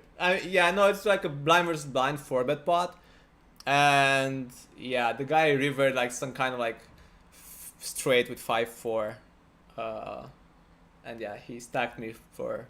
Yeah. I think it was like like kind of like 20k pot or something, but we were playing like 4k or something. So yeah, this American reg. Yeah, I started to get this impression that American regs never bluffs. They never bluff. Yeah, at least in big pots. I would agree with that. You would agree. Yeah, never. Well, apart from JP, apart from Jared, he bluffs. Okay. Okay. Yeah, I just remember this very amazing story with Jared. Tell it. No, I don't think he wants me to. Oh. I don't know if he wants me to say. Okay, but like nobody knows. I don't know. Yeah, this okay. Okay, whatever. Sorry, Jared. Oh, I gotta 1 second. Yeah. I didn't see it. Okay, so we have okay, what? The main idea is that we were like playing, like Jared was at the table, and there was like this big fish guy. He's like a medium fish, actually, not a huge whale or something. We were actually giving him some credit, and I remember like Jared was already pretty tilted. Right. Okay. And he bets on the flop. Like he just like I think maybe it's like 3-bet pot or like a single raise pot, whatever. And I know Jared bets and the guy raises. Okay. And it's like 9 high flop. Right. And the guy raises pretty big. I think it was I think it's a single raise pot or something. And it's like kind of connected 9 high flops, so like maybe like 9-7-5, whatever, something like this. Where also like the fish could not have that many bluffs. And I think like Jared at that point he was running pretty bad, not as bad as me, but he was like also not doing that well. And I remember like he was tanking like fuck whatever, and like and then he folds, and then I just completely forgot his story, but yeah, then he folds and the fish like okay, just takes it. And I think maybe Jared showed the fish shows the hand. He shows his hand like, yeah, I had it. And he shows like ace-9. Right. And and Jared just gets up from the table and leaves. Like I'm so fucking bad, and he just like leaves from the table. And yeah, he tells us he folded jacks. Oh, I remember this story now. Yeah, I remember it. Yes, that's. I remember he was really fucking annoyed at himself because everyone was like, why the hell did you fold that? No, actually, I remember like I was okay with the fold. I was like, yeah, I think like the way the guy was playing so far, and like with the whole dynamic and the spot itself, I think like I was like, yeah, I thought like I'm okay with you folding jacks there. But yeah, the guy just like throw ace-9. Oh, I know, he just like steamed. Sorry, Jared. Per JP. But very well established now. I think he also did not run that good that summer. Well, he's running very good now, so he evens itself out. He's running very good now. Yeah, but that's one of my favorite Jared stories. I got some good Jared story. You definitely, you definitely have some good ones. Okay, but before we go into some more stories, wait, no, let's go into some more round 2 of shoutouts of chat. Yeah, let's do it. Okay, no, like to make it fair, now you have to go first. Okay. First of all, shout out to Lazarus Turtle for the sub. Really appreciate it. Let's have a look and see who we've got. I see Oliver Biles trying to be smart in the chat. Don't let me punch you, Ollie. Little pig fucker. Just kidding. Ollie. Who else have we got? Who else have we got? Service Poker, shout me out, you cunt. Shout out to Service Poker. Fun fact about Service Poker, the other day he shoved for like 300 big blinds on the river with ace high and like a 5-bet pot, and got called by a worse ace high. Okay. I mean, when is it going to be my turn to run like this? When is it going to be my turn to be like, yeah, all in $1,400, ace king, and the guy just like bet raise calls ace 8 on the river for like all the fucking money. That's exactly how it went down as well. Who else have we got? Micro Donkey, pig fucker like this one. Yeah, sure. Svandex X, big long-term supporter of the stream. Who else have I got? Who else did I miss earlier today? I'm gonna check my viewers. 1 second. Yeah, check out your latest comment in the chat. In which chat? Your chat or my chat? Your chat. Oh god. Okay, the second latest. You kind of like Barack Obama. I get it all up. I get it all the time. Guys, Ironman1127, Swanson710. Who else wants to shout out, guys? Get your names in the chat. Oh, wait. I wanted to do this earlier. I forgot. In both chats, in both Daniel's chat and my chat, if you think it is acceptable to wear sunglasses at a poker table, type the number 1. If you think it's unacceptable, type the number 2. I'm genuinely curious to see. So if you think it's acceptable to wear sunglasses at a poker table, type the number 1. If it's unacceptable, type the number 2. Okay, let's see. AJM Guitar. Welcome, brother. 3. There's always one that says 3. Always one that says Smart ass. Classic big fucker move. I know, right? Very glad to see that everyone is saying 2. That's really cool. Service Poker says if you're on drugs, 1, otherwise 2. Yeah, it seems reasonable. Everyone seems to think it's pretty unacceptable. I agree. I just think it's completely dickish. Okay, there's one thing that's more dickish than wearing sunglasses, and I'm going to pull the webcam down just so I can show what it is. If you sit at a poker table like this, just fuck off. Just get up and fucking leave the country. Never mind the fucking casino. Just like this. Just sitting like. Why are you sitting? Why are you just sitting like with just like the? There's a dude, right? His name's Poker with Risk, and he is such a nice guy. His streams are epic. He's so good at poker. He gives away this free content and stuff. But I can't watch his streams because he's playing online poker. And he's sitting like this. And I'm like, come on, man. Just don't sit like this. I want to learn from you. And I just can't do it because he's just sitting like, I fucking hate that. I don't know why. I just fucking hate it. Oh, okay. It's like, why are you sitting like that? It's strong posture. It's like poker posture, bro.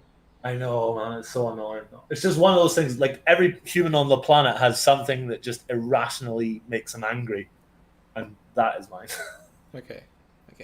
Anyway, your turn for the shadows. My apologies. Okay, so you think that just like this posture is like worse than like wearing sunglasses? Yeah, it's just I don't know why. It's just something that really annoys me. I can't put it into words. I can't explain it. It's a little irrational, but hey ho. Okay. Who Lex? Well, it's not Lex, right? Huh? I don't think it's Lex. Like someone asked, like, is it Lex? No, it's Poker with Risk. And just to be clear, I'm not being serious when I say like I don't like him or whatever. But his streams are fantastic. He's a very good player. They're so entertaining and stuff. But it just tilts the shit out of me when I see him sit like that. I don't know why. Okay. We got some ones, although we have some ones like Do You, Easy to Spot the Wannabe Regs 1. Okay, got some ones in my YouTube chat as well. Okay. Gonna put hand on shoulder versus Gazzy during WSOP for Max EV.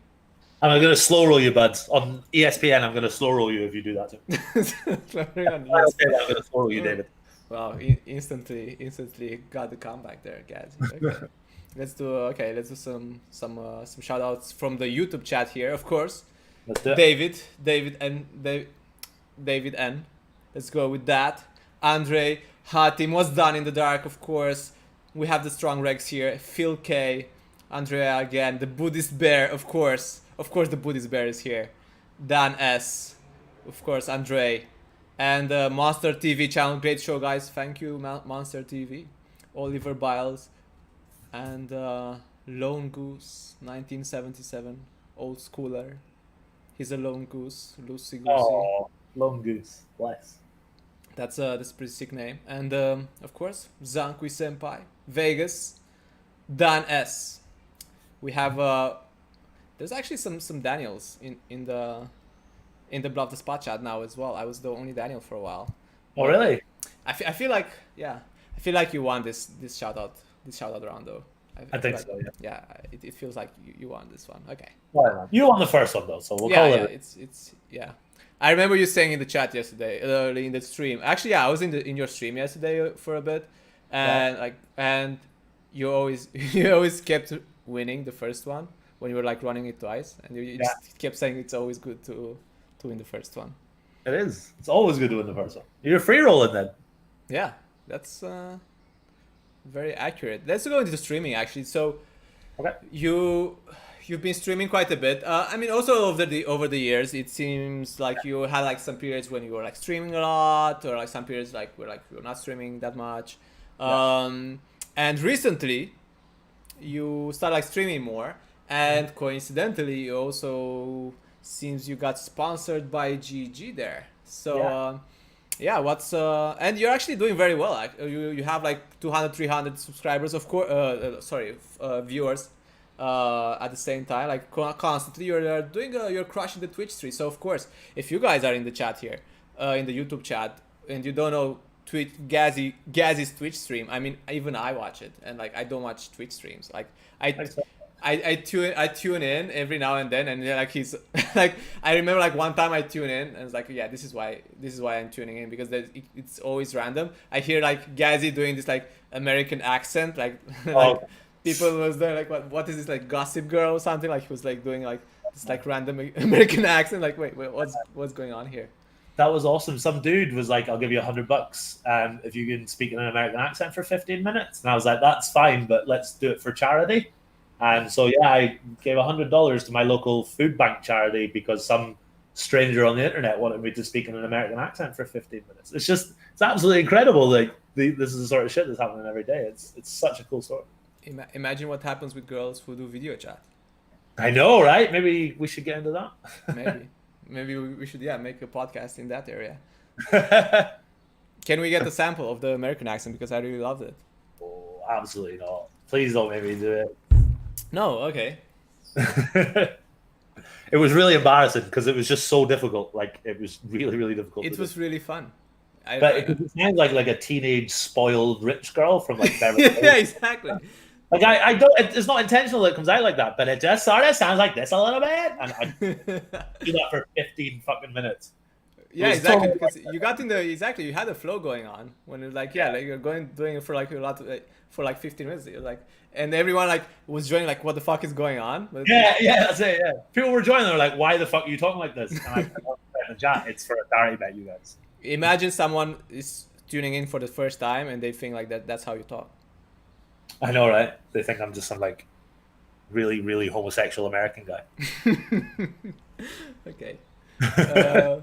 So yeah, let's actually So you like, how come you decide to like go into streaming again, and like because it does seem like you enjoy it quite a bit, because like especially, is it like something a bit of a like an outlet for you like in this lockdown period? Is it like kind of you missing live poker and like feeling like, I want to like be social and play, like what's why do you enjoy streaming so much? I think it was a little bit of everything, to be honest. As you say, I've streamed over the past couple of years. It's only in the past like 6 months that I've tried to do it more consistently. But it's just really fun. I don't know why, but it's just something that I really enjoy doing.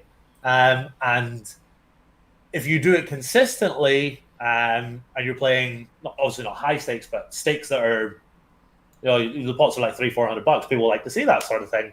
Then and as I say, if you do it consistently, then it starts to grow. And it got to a point where, as you say, I was getting like 300, 400, 500 viewers a day sometimes, and it was every day as well. It was a consistent thing. So now it just kind of feels like this is just something that I do every day. It was enjoyable. As you said, there is a little bit of a social aspect to it. And it got to the point where GG Poker, they got in touch and they were like, would you like to come and stream on GG Poker, and we'll pay you to stream? And I was like, yeah, that's absolutely fantastic. It was really awesome. The opportunity that they've given me. The guys at GG Poker are fucking awesome. They call me every few days, and they say like, this is what we want to do. This is our business, our goals for the business and stuff. And like, they really motivate me to play poker, because just the guys at GG Poker, they want to just make GG, the number one site. So yeah, I'm really grateful to them that they give me the opportunity. And it is just a trial phase just now for 4 weeks to see if I like it, see if they like it. But I'm really hopeful this will like become my main place to stream, and I'll just stream 4, 5, 6 days a week on GG. But yeah, it's super awesome. I'm really enjoying it so far. It's really sick. Okay, that makes it does seem like streaming really fits you. Like I dabbled for some time in the streaming streets. Any plans to go back? Maybe, I don't know. It will be like with a good reason. If I go back to streaming, it will be with a good reason. I don't feel comfortable with people seeing my game. Actually, what's your take on that? With like people seeing your whole cards and stuff? That's a very good point. Like I said, I played 500 Zoom for a month and I streamed a lot of it. The guys that play 500 Zoom are definitely capable of seeing what you're doing and exploiting you. However, the guys at 200 NL probably not as much. So it's not so bad at 200 NL.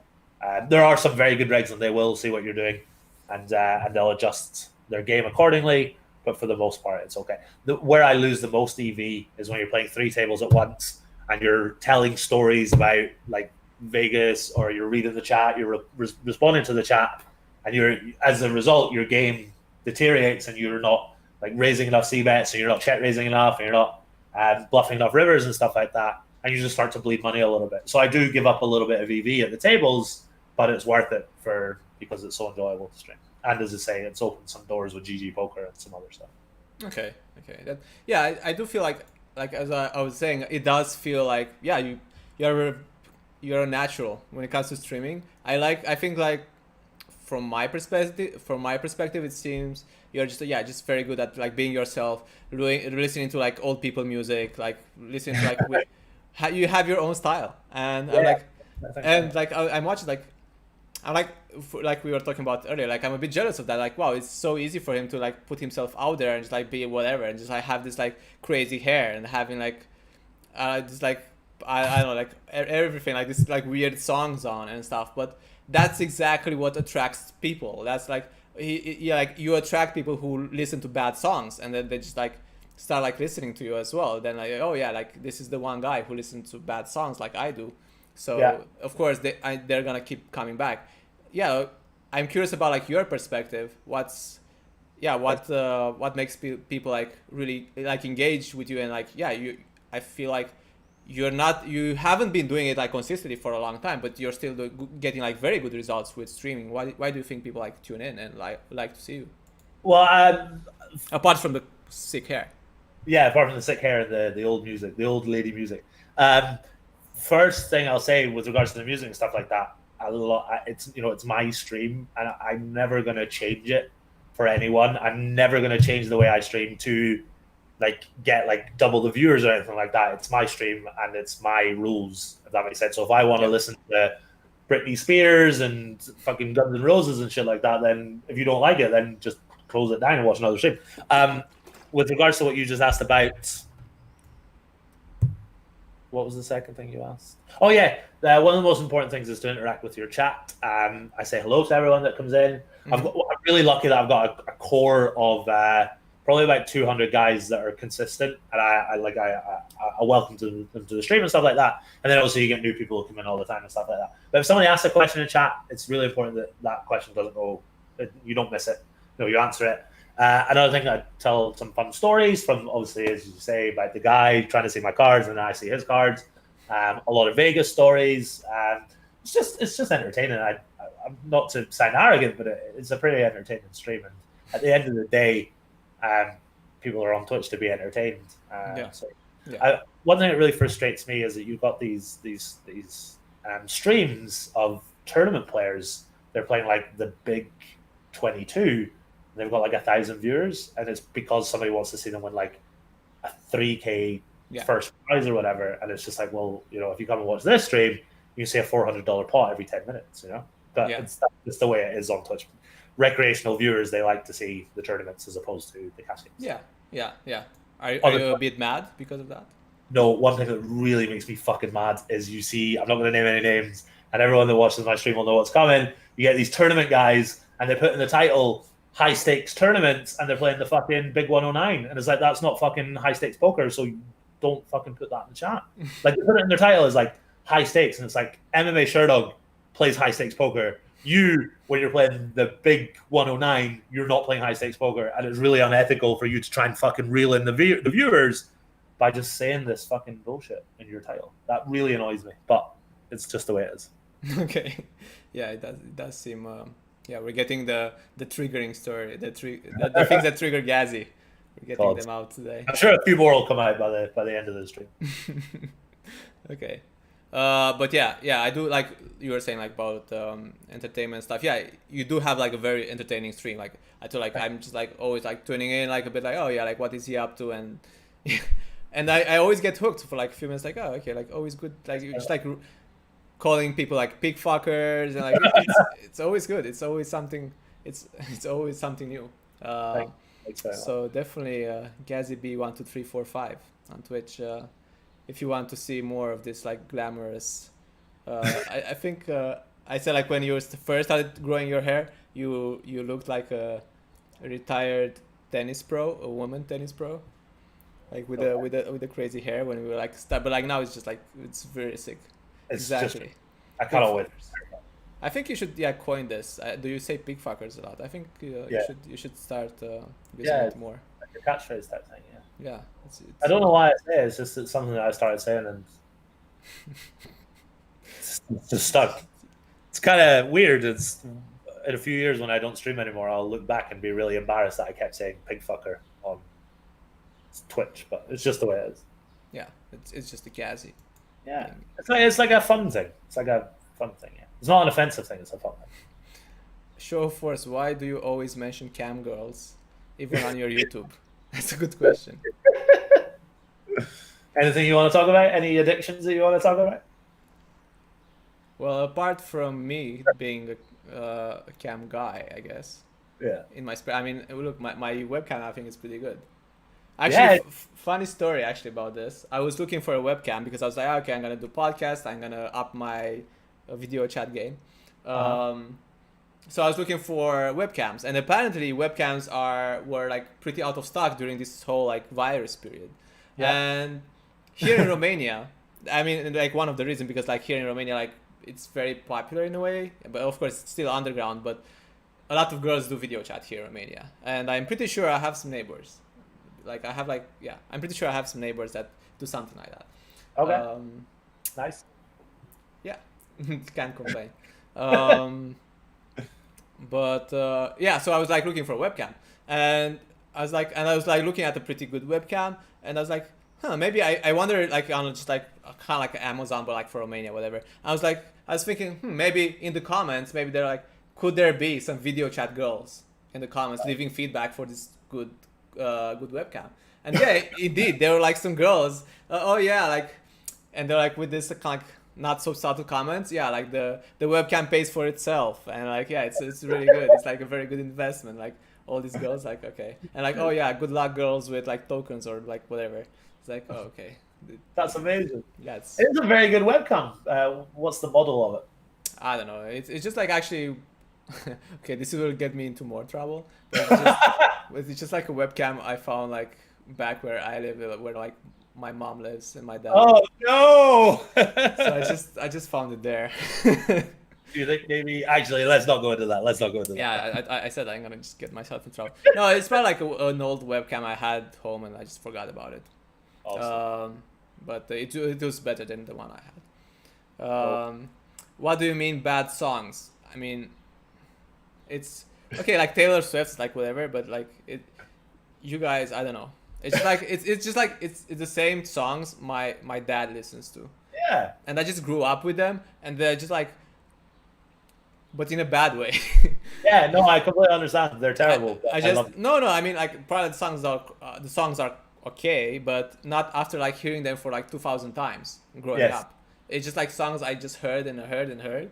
So that's why I just don't like them. Completely agree. Show of force, could you talk about your super small in position 3-bet sizing that I saw you using? No, I cannot talk about that. Romania. Not a discussion. Well, I'm not using it anymore. But okay. Okay, let's go to. Okay, so So basically, with GG, they are paying you to stream, or like, do you just get like good rake back, or like not something you can talk about? They give me a wee payment every week, which is obviously awesome. Nice. But yeah, like I say, I'm really grateful to the guys for getting in touch, and I'm determined to make it work, and I'm determined to make it profitable for them as well, Nice. in terms of showcasing what they have to offer, and that is, particularly for the guys that play the lower stakes. The games are really good. The rake structure on GG genuinely is really good if you're playing micros. And on top of that, on top of a good rake structure, you get good quality rake back as well. Okay. So if you guys are interested, then GG Poker is. Yeah, don't you get like affiliate links and stuff, so you can like hook your viewers up? Hook Yeah, people up? that's exactly it. So if my viewers, if they sign up using my code, which is obviously GazzyB123, what else is it going to be?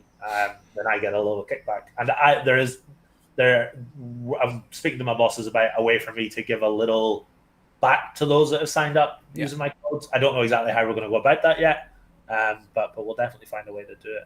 But yeah, like I say, it's really awesome that they're going to pay me a little bit of money every week. But not only that, from what they've told me about what they're trying to do with GG in terms of making them the #1 site, that's really exciting to me as well, because I want to help them. I want to repay their faith in me and help them get to where they want to be. It's really nice. Slowly but surely. Wholesome. Very wholesome. My wee sister just said she was going to type a comment on the YouTube channel, but she was too scared in case I got mad at her. Damn. I would not. People being scared of Gazzy here, of course. Right. Actually, yeah, let's do it. Let's go into an area that. Oh god. Okay. Let's go. Okay. Because yeah, from the early beginnings of the stream, we heard like a sick Degen story of like winning 10K, going to Vegas, spending it all with your brother. So yeah, as someone who maybe does this kind of activities, who has a bit of gamble in him, like maybe like doing some flips, doing some like Degen stuff. First of all, like, what's your view on this? Like on like gambling, like maybe like making a bit life a bit more fun for yourself, because there's definitely a lot of like, nowadays you're not the norm, right? Like nowadays there's a lot of like very calculated guys, just like not even like doing like flips for the bill or whatever. Like everyone is more like nitty, let's say, with that kind of stuff. What would you what would you say to that? Like why be a bit more like gambly or like do this kind of stuff?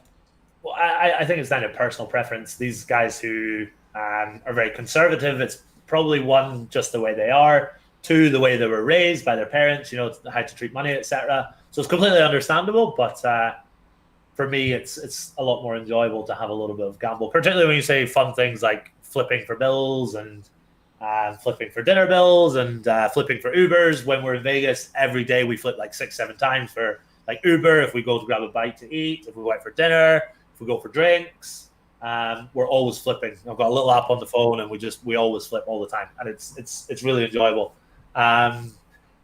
So when it comes to things like when we're in Vegas, we have a lot of fun. We go out, we have drinks, we go play blackjack and stuff like that. And there are people in this life who are completely like, they will never play in the pits, they will never flip for dinner, etc. And I completely understand that, but the way I would look at it is it's a bit hypocritical of me to I realize that some of this stuff is minus EV. Like if you go out and you have a few drinks, you play a bit of blackjack, play a bit of craps, that's minus EV. But that's the exact same as the businessman who sits down at 5-10 table. He knows that he is minus EV, but he does it because he enjoys it. So it's completely understandable that he sits there and plays poker when he knows that he's not going to be able to win long term. So I sit down and play blackjack with the boys and have a few drinks or play some craps or whatever.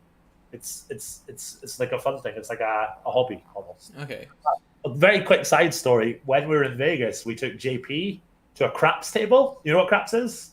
Yeah. I think he had never played craps in his life, and he rolled for 45 minutes, which is about 1,000,000 times longer than most people roll. And I won thousands of dollars off of JP just rolling 8s and 9s and 5s and 6s and 8s and 9s and 5s and 6s. And it got to the point, right, where I was just sitting next to him like, come on, got to roll a 6 or a 9. You can do it. Just throw the dice. Come on, you can do it. And he's just like, okay. And then he throws the dice and he rolls another one. And the whole table's like, woo! And then the croupier gives him the dice number, right? 6 or a 9. Come on, you can do it. Come on, just don't roll a 7. Come on, you can do it. And he just did that for like 45 minutes. It was fucking incredible. And I'd rather lose a little bit of money long term and have really awesome stories to tell and enjoy life a little bit more than never do any of that stuff. Does that make sense? Yeah. So exactly, like it's like this is something like I was thinking it's probably more like this. It's something like makes your life like more fun, more like unpredictable, just like bringing a bit more like fun stuff into your life. And that's kind of like a way to like maybe like relax a bit and like see where things go. Okay, that makes a lot of sense. With that being said, okay, maybe we do this like the special. I'm gonna try. Okay, guys, like we're gonna try to have a special segment here. Let's see how this goes because my second podcast ever, time podcasting on YouTube. Probably, especially you, Gazzy. Probably, I think maybe the other guys as well. Actually, also the other guys from the Twitch. They have to go to my channel, and I will try to show Gazzy a clip. Okay. Let's see if this works. I will try to show a clip of GazzyB. Before showing the clip, I want to ask: do you have someone who you really like beating at flips? Yeah, JP. When we go to America, we play red black. We just sit there and play red black.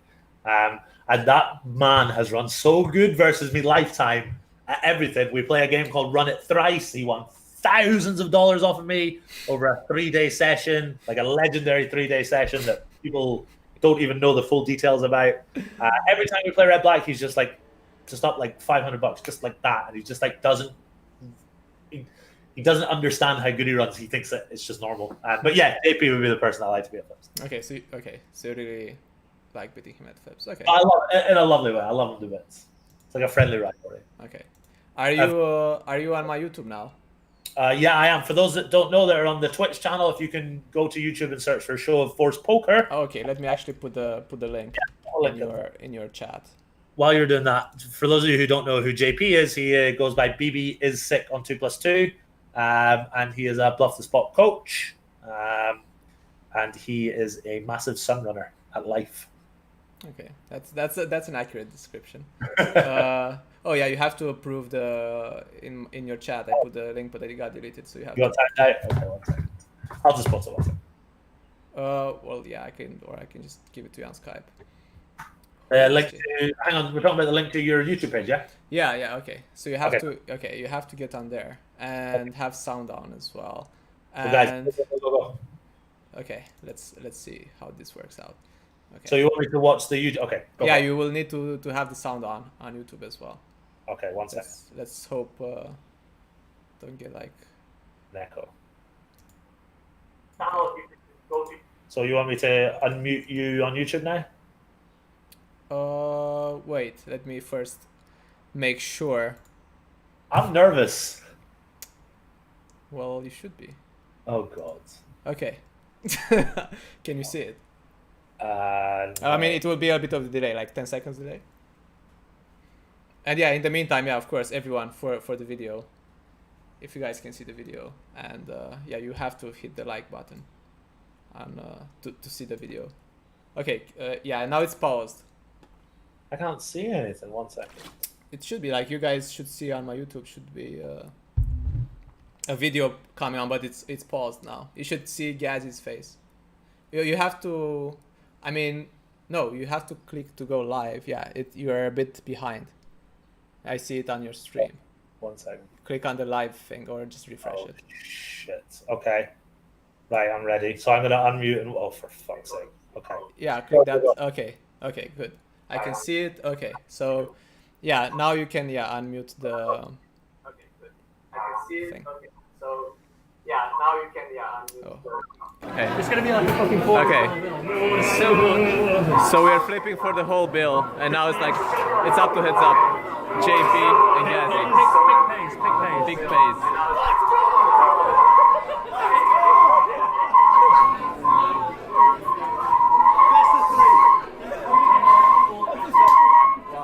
That's a comeback.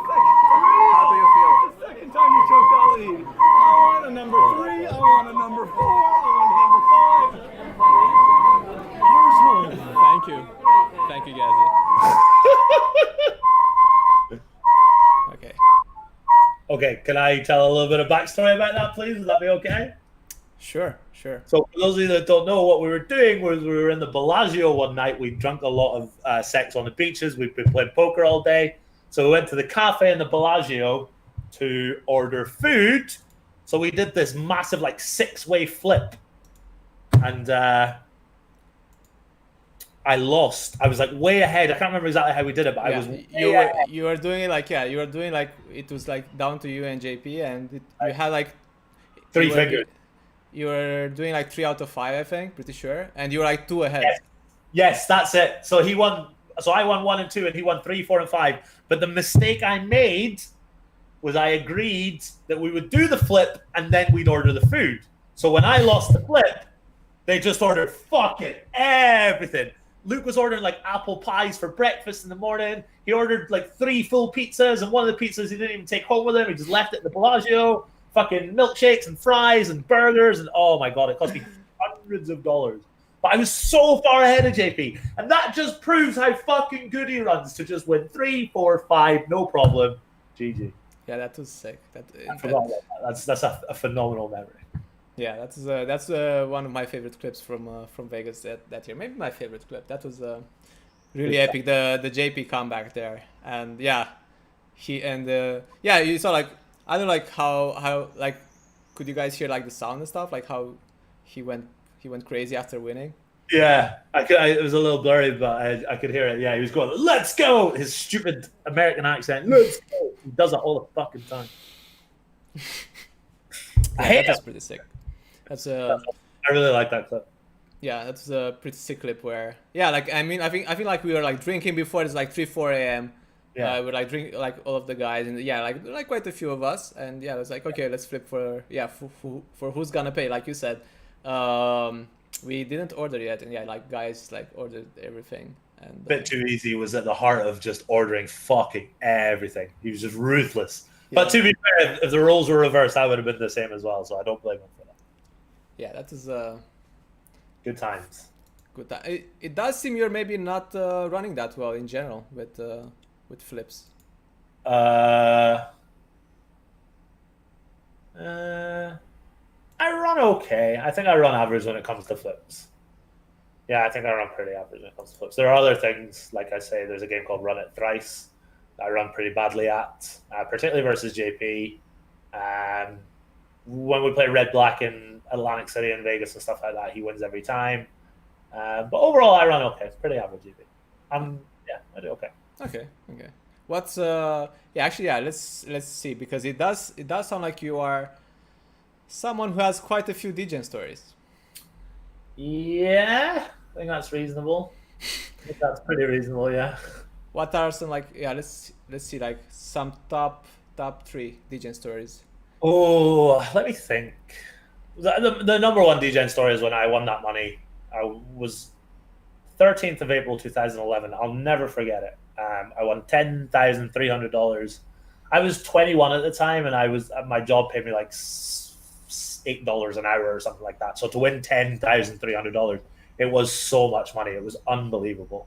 So me and my older brother, we went to Vegas. We were head to toe in kilts. We had like full kilt outfit. We looked amazing. We were like walking down the streets of Vegas, and all the girls were like, "Ah!" It was fucking incredible. I lost all my money on gambling and food, and I treated my older brother. I paid for everything. We had a great time, and I came back from Vegas. I had just broken up with my girlfriend. I had just quit my job before I went to Vegas, and I had been phoning all my friends when I was in Vegas, and I had a £400 phone bill, and I had no money. And I'll never forget, one of the luckiest things that ever happened to me, actually, was back on the days. So I cashed in all my FPPs on Stars, and I had like enough for a $109 tournament. And I came fourth and won like 2K or something like that. And it paid for my last month's rent and my last place, and my phone bill, and it just like sorted me out. I was really lucky to win that money and put me like on like the straight road to recovery. Wow. But that was one of the best times of my life. It was incredible. 21 in Vegas in a kilt with $10,000 in my pocket. That's really sick. Wow. So you even wore kilts. Okay, that's like really Full Degen. Oh, I think you have to. Yeah, wait. I think you have to fix your stream. It's showing Oh, my YouTube now. Wait, what? Why is that doing that? I would feel semi-bad to win against a close poker friend. Thought about that? Do you feel semi-bad when you win against JP? 1 second, I don't understand what's going on here. Yeah, no, you're like just streaming your display now or something instead of Hangouts. Maybe you should. Oh, okay, there we go. I think it's good now. I think. Wait, no, I think I've changed the monitor. 1 second, but Yeah. Don't. I'll get into round 3 of shoutouts. Hey, the great David's still in here. Oliver was posting a link. Classic clip of GazzyB with the boys in Vegas. Okay, I'm gonna show the link. JP equals Linus of New Jersey. there we go. My bad. Oh, that could have been bad. I could have put some stuff on my screen there. I didn't mean to. Okay. Anyway, Actually, a short intermission because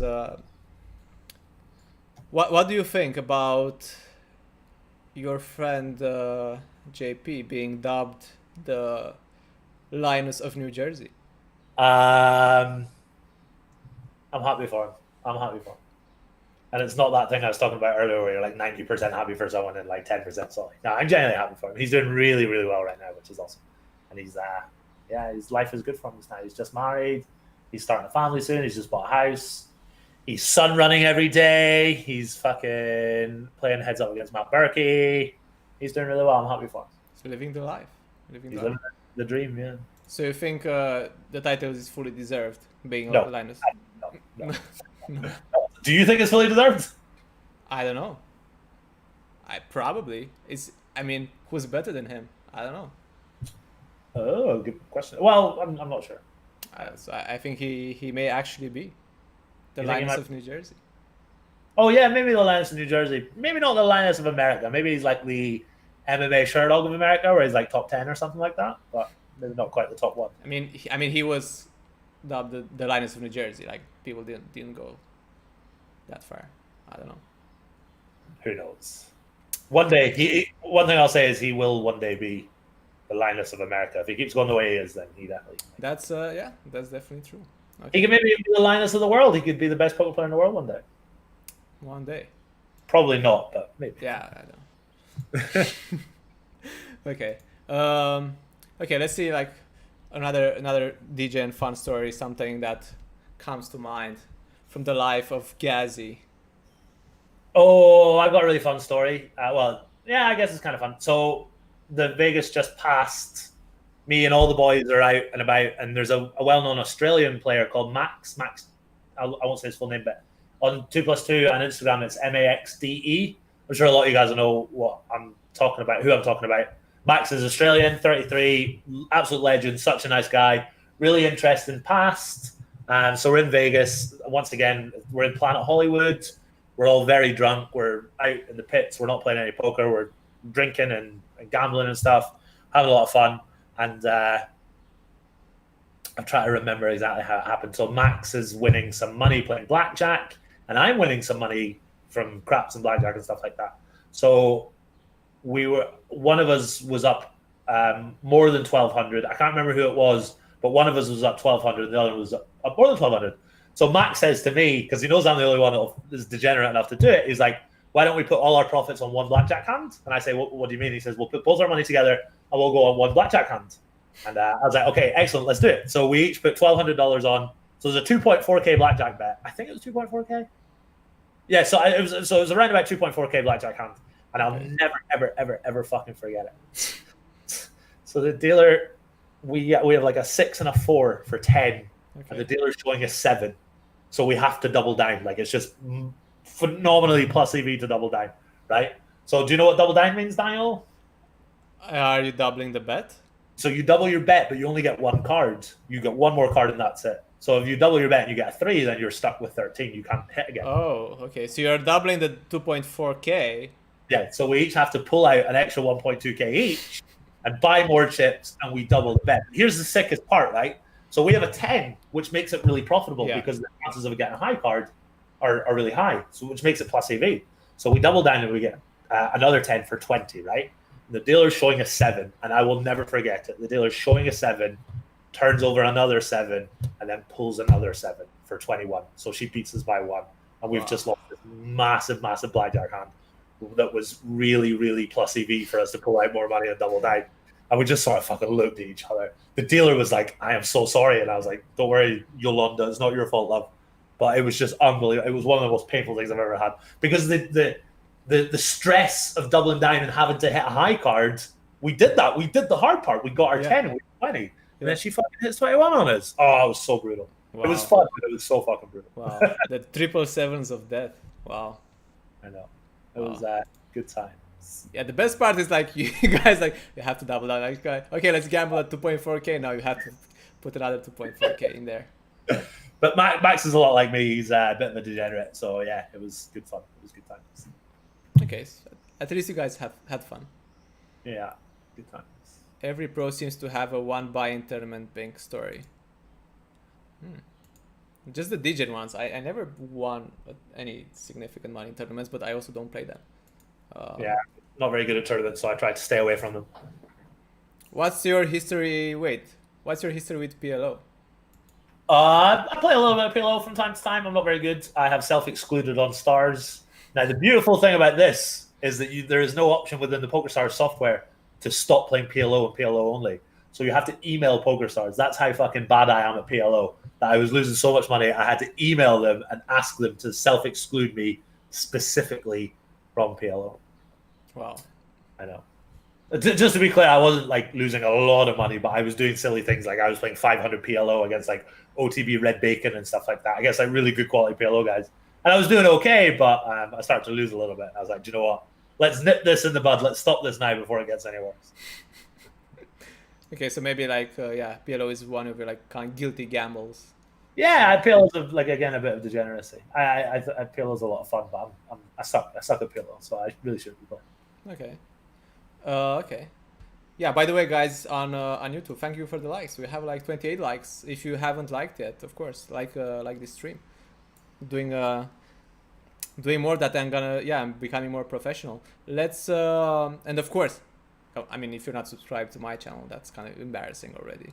I just want to politely ask the guys that are here from my Twitch page if you guys can get across and show Daniel a little bit of love, give him a wee bit of support on his YouTube channel. It's a lot of fun. And yeah, really happy to be here. So thank you very much for having me. Yeah, I mean, I think I felt like, hey, actually, yeah, I felt like you would be like a good contrast from the last podcast. I think everyone can agree. This was definitely more freestyling, definitely more, yeah, definitely a bit, definitely more fun, definitely crazier.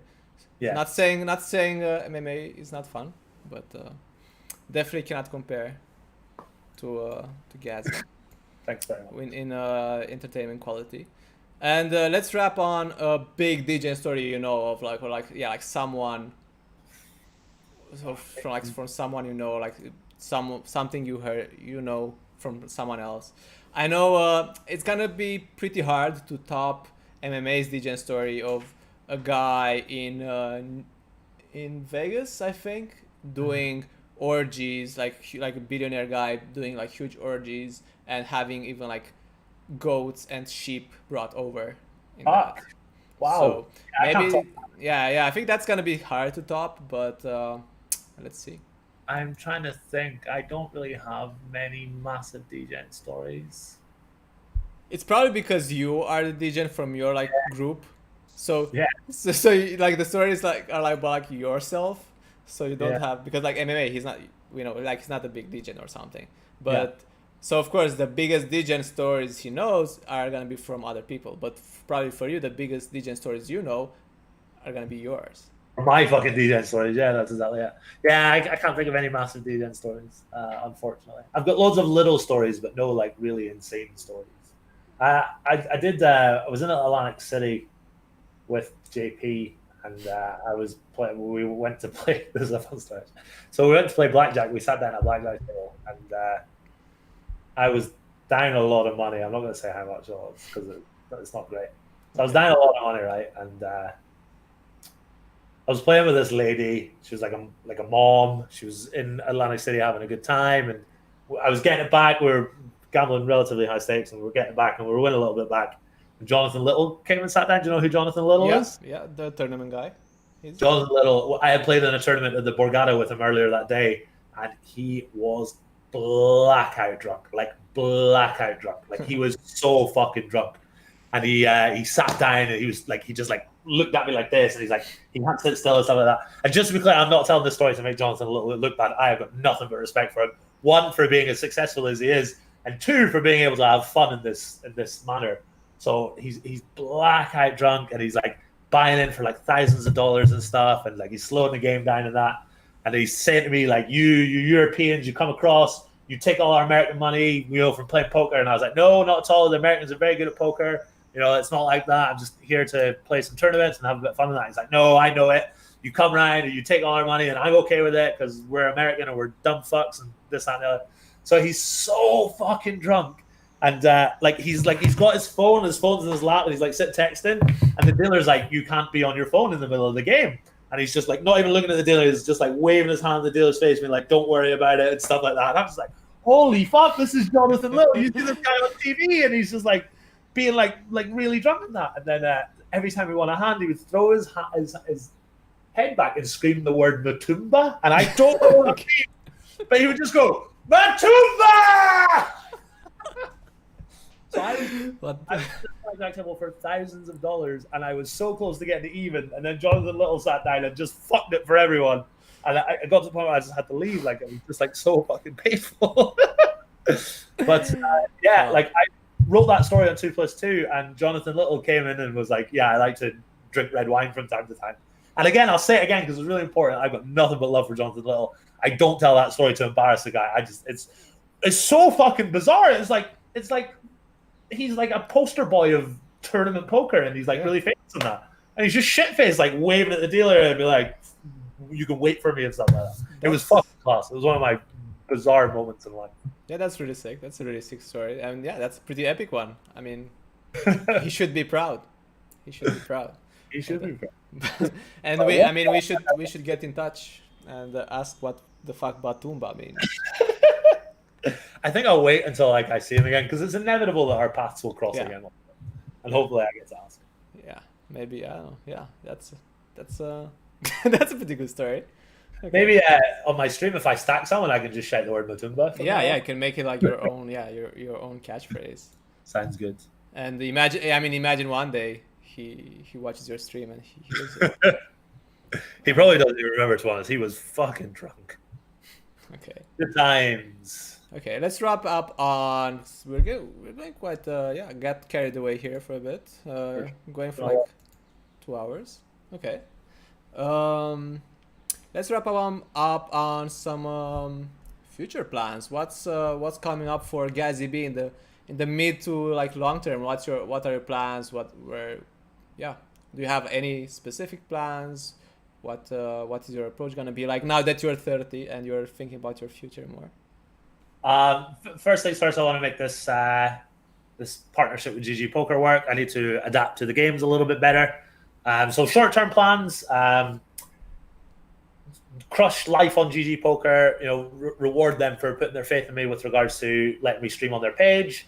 Then short to mid-term plans, probably going to move back down to London after the lockdown is finished.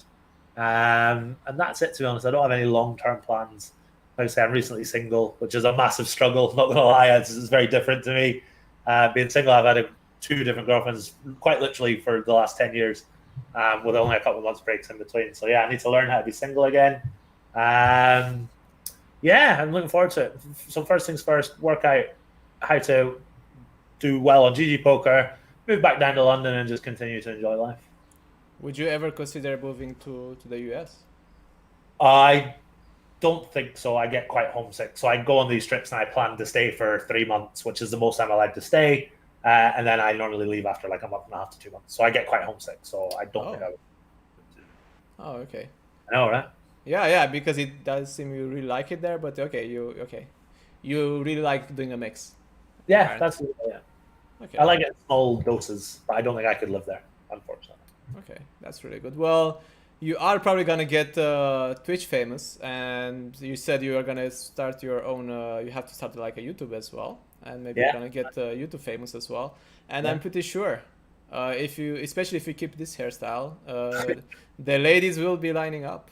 I hope so, my friend. Maybe I need to lose just a little bit more weight first, and then they'll be lining up. Like the good old days, like when I was in Vegas in my kilt. No, but no, that's the thing. That's like your GazzyB. You don't need to, and that's the thing about you. And like wrapping up on this, yeah, that's what I like. Yeah, like one of the things I really respect about you, like, yeah, you own who you are, Yeah, and just like authentic. You're just like, yeah, that's me. This is me, and I think this, like, for your brand, I think like it's really good because yeah, like there will be people who get like turned off, like, oh, like who the fuck is this guy? But then there are people like who really love you, right? Like, oh yeah, this guy is amazing. And Yeah. like I really like, and yeah, you have guys like you said, you have like a crew like who's always there with you streaming, and you're just like, the more you put yourself out there, I think this is gonna grow more and more, and you're gonna get more of those guys who like really like Taylor Swift and Britney Spears. Yes.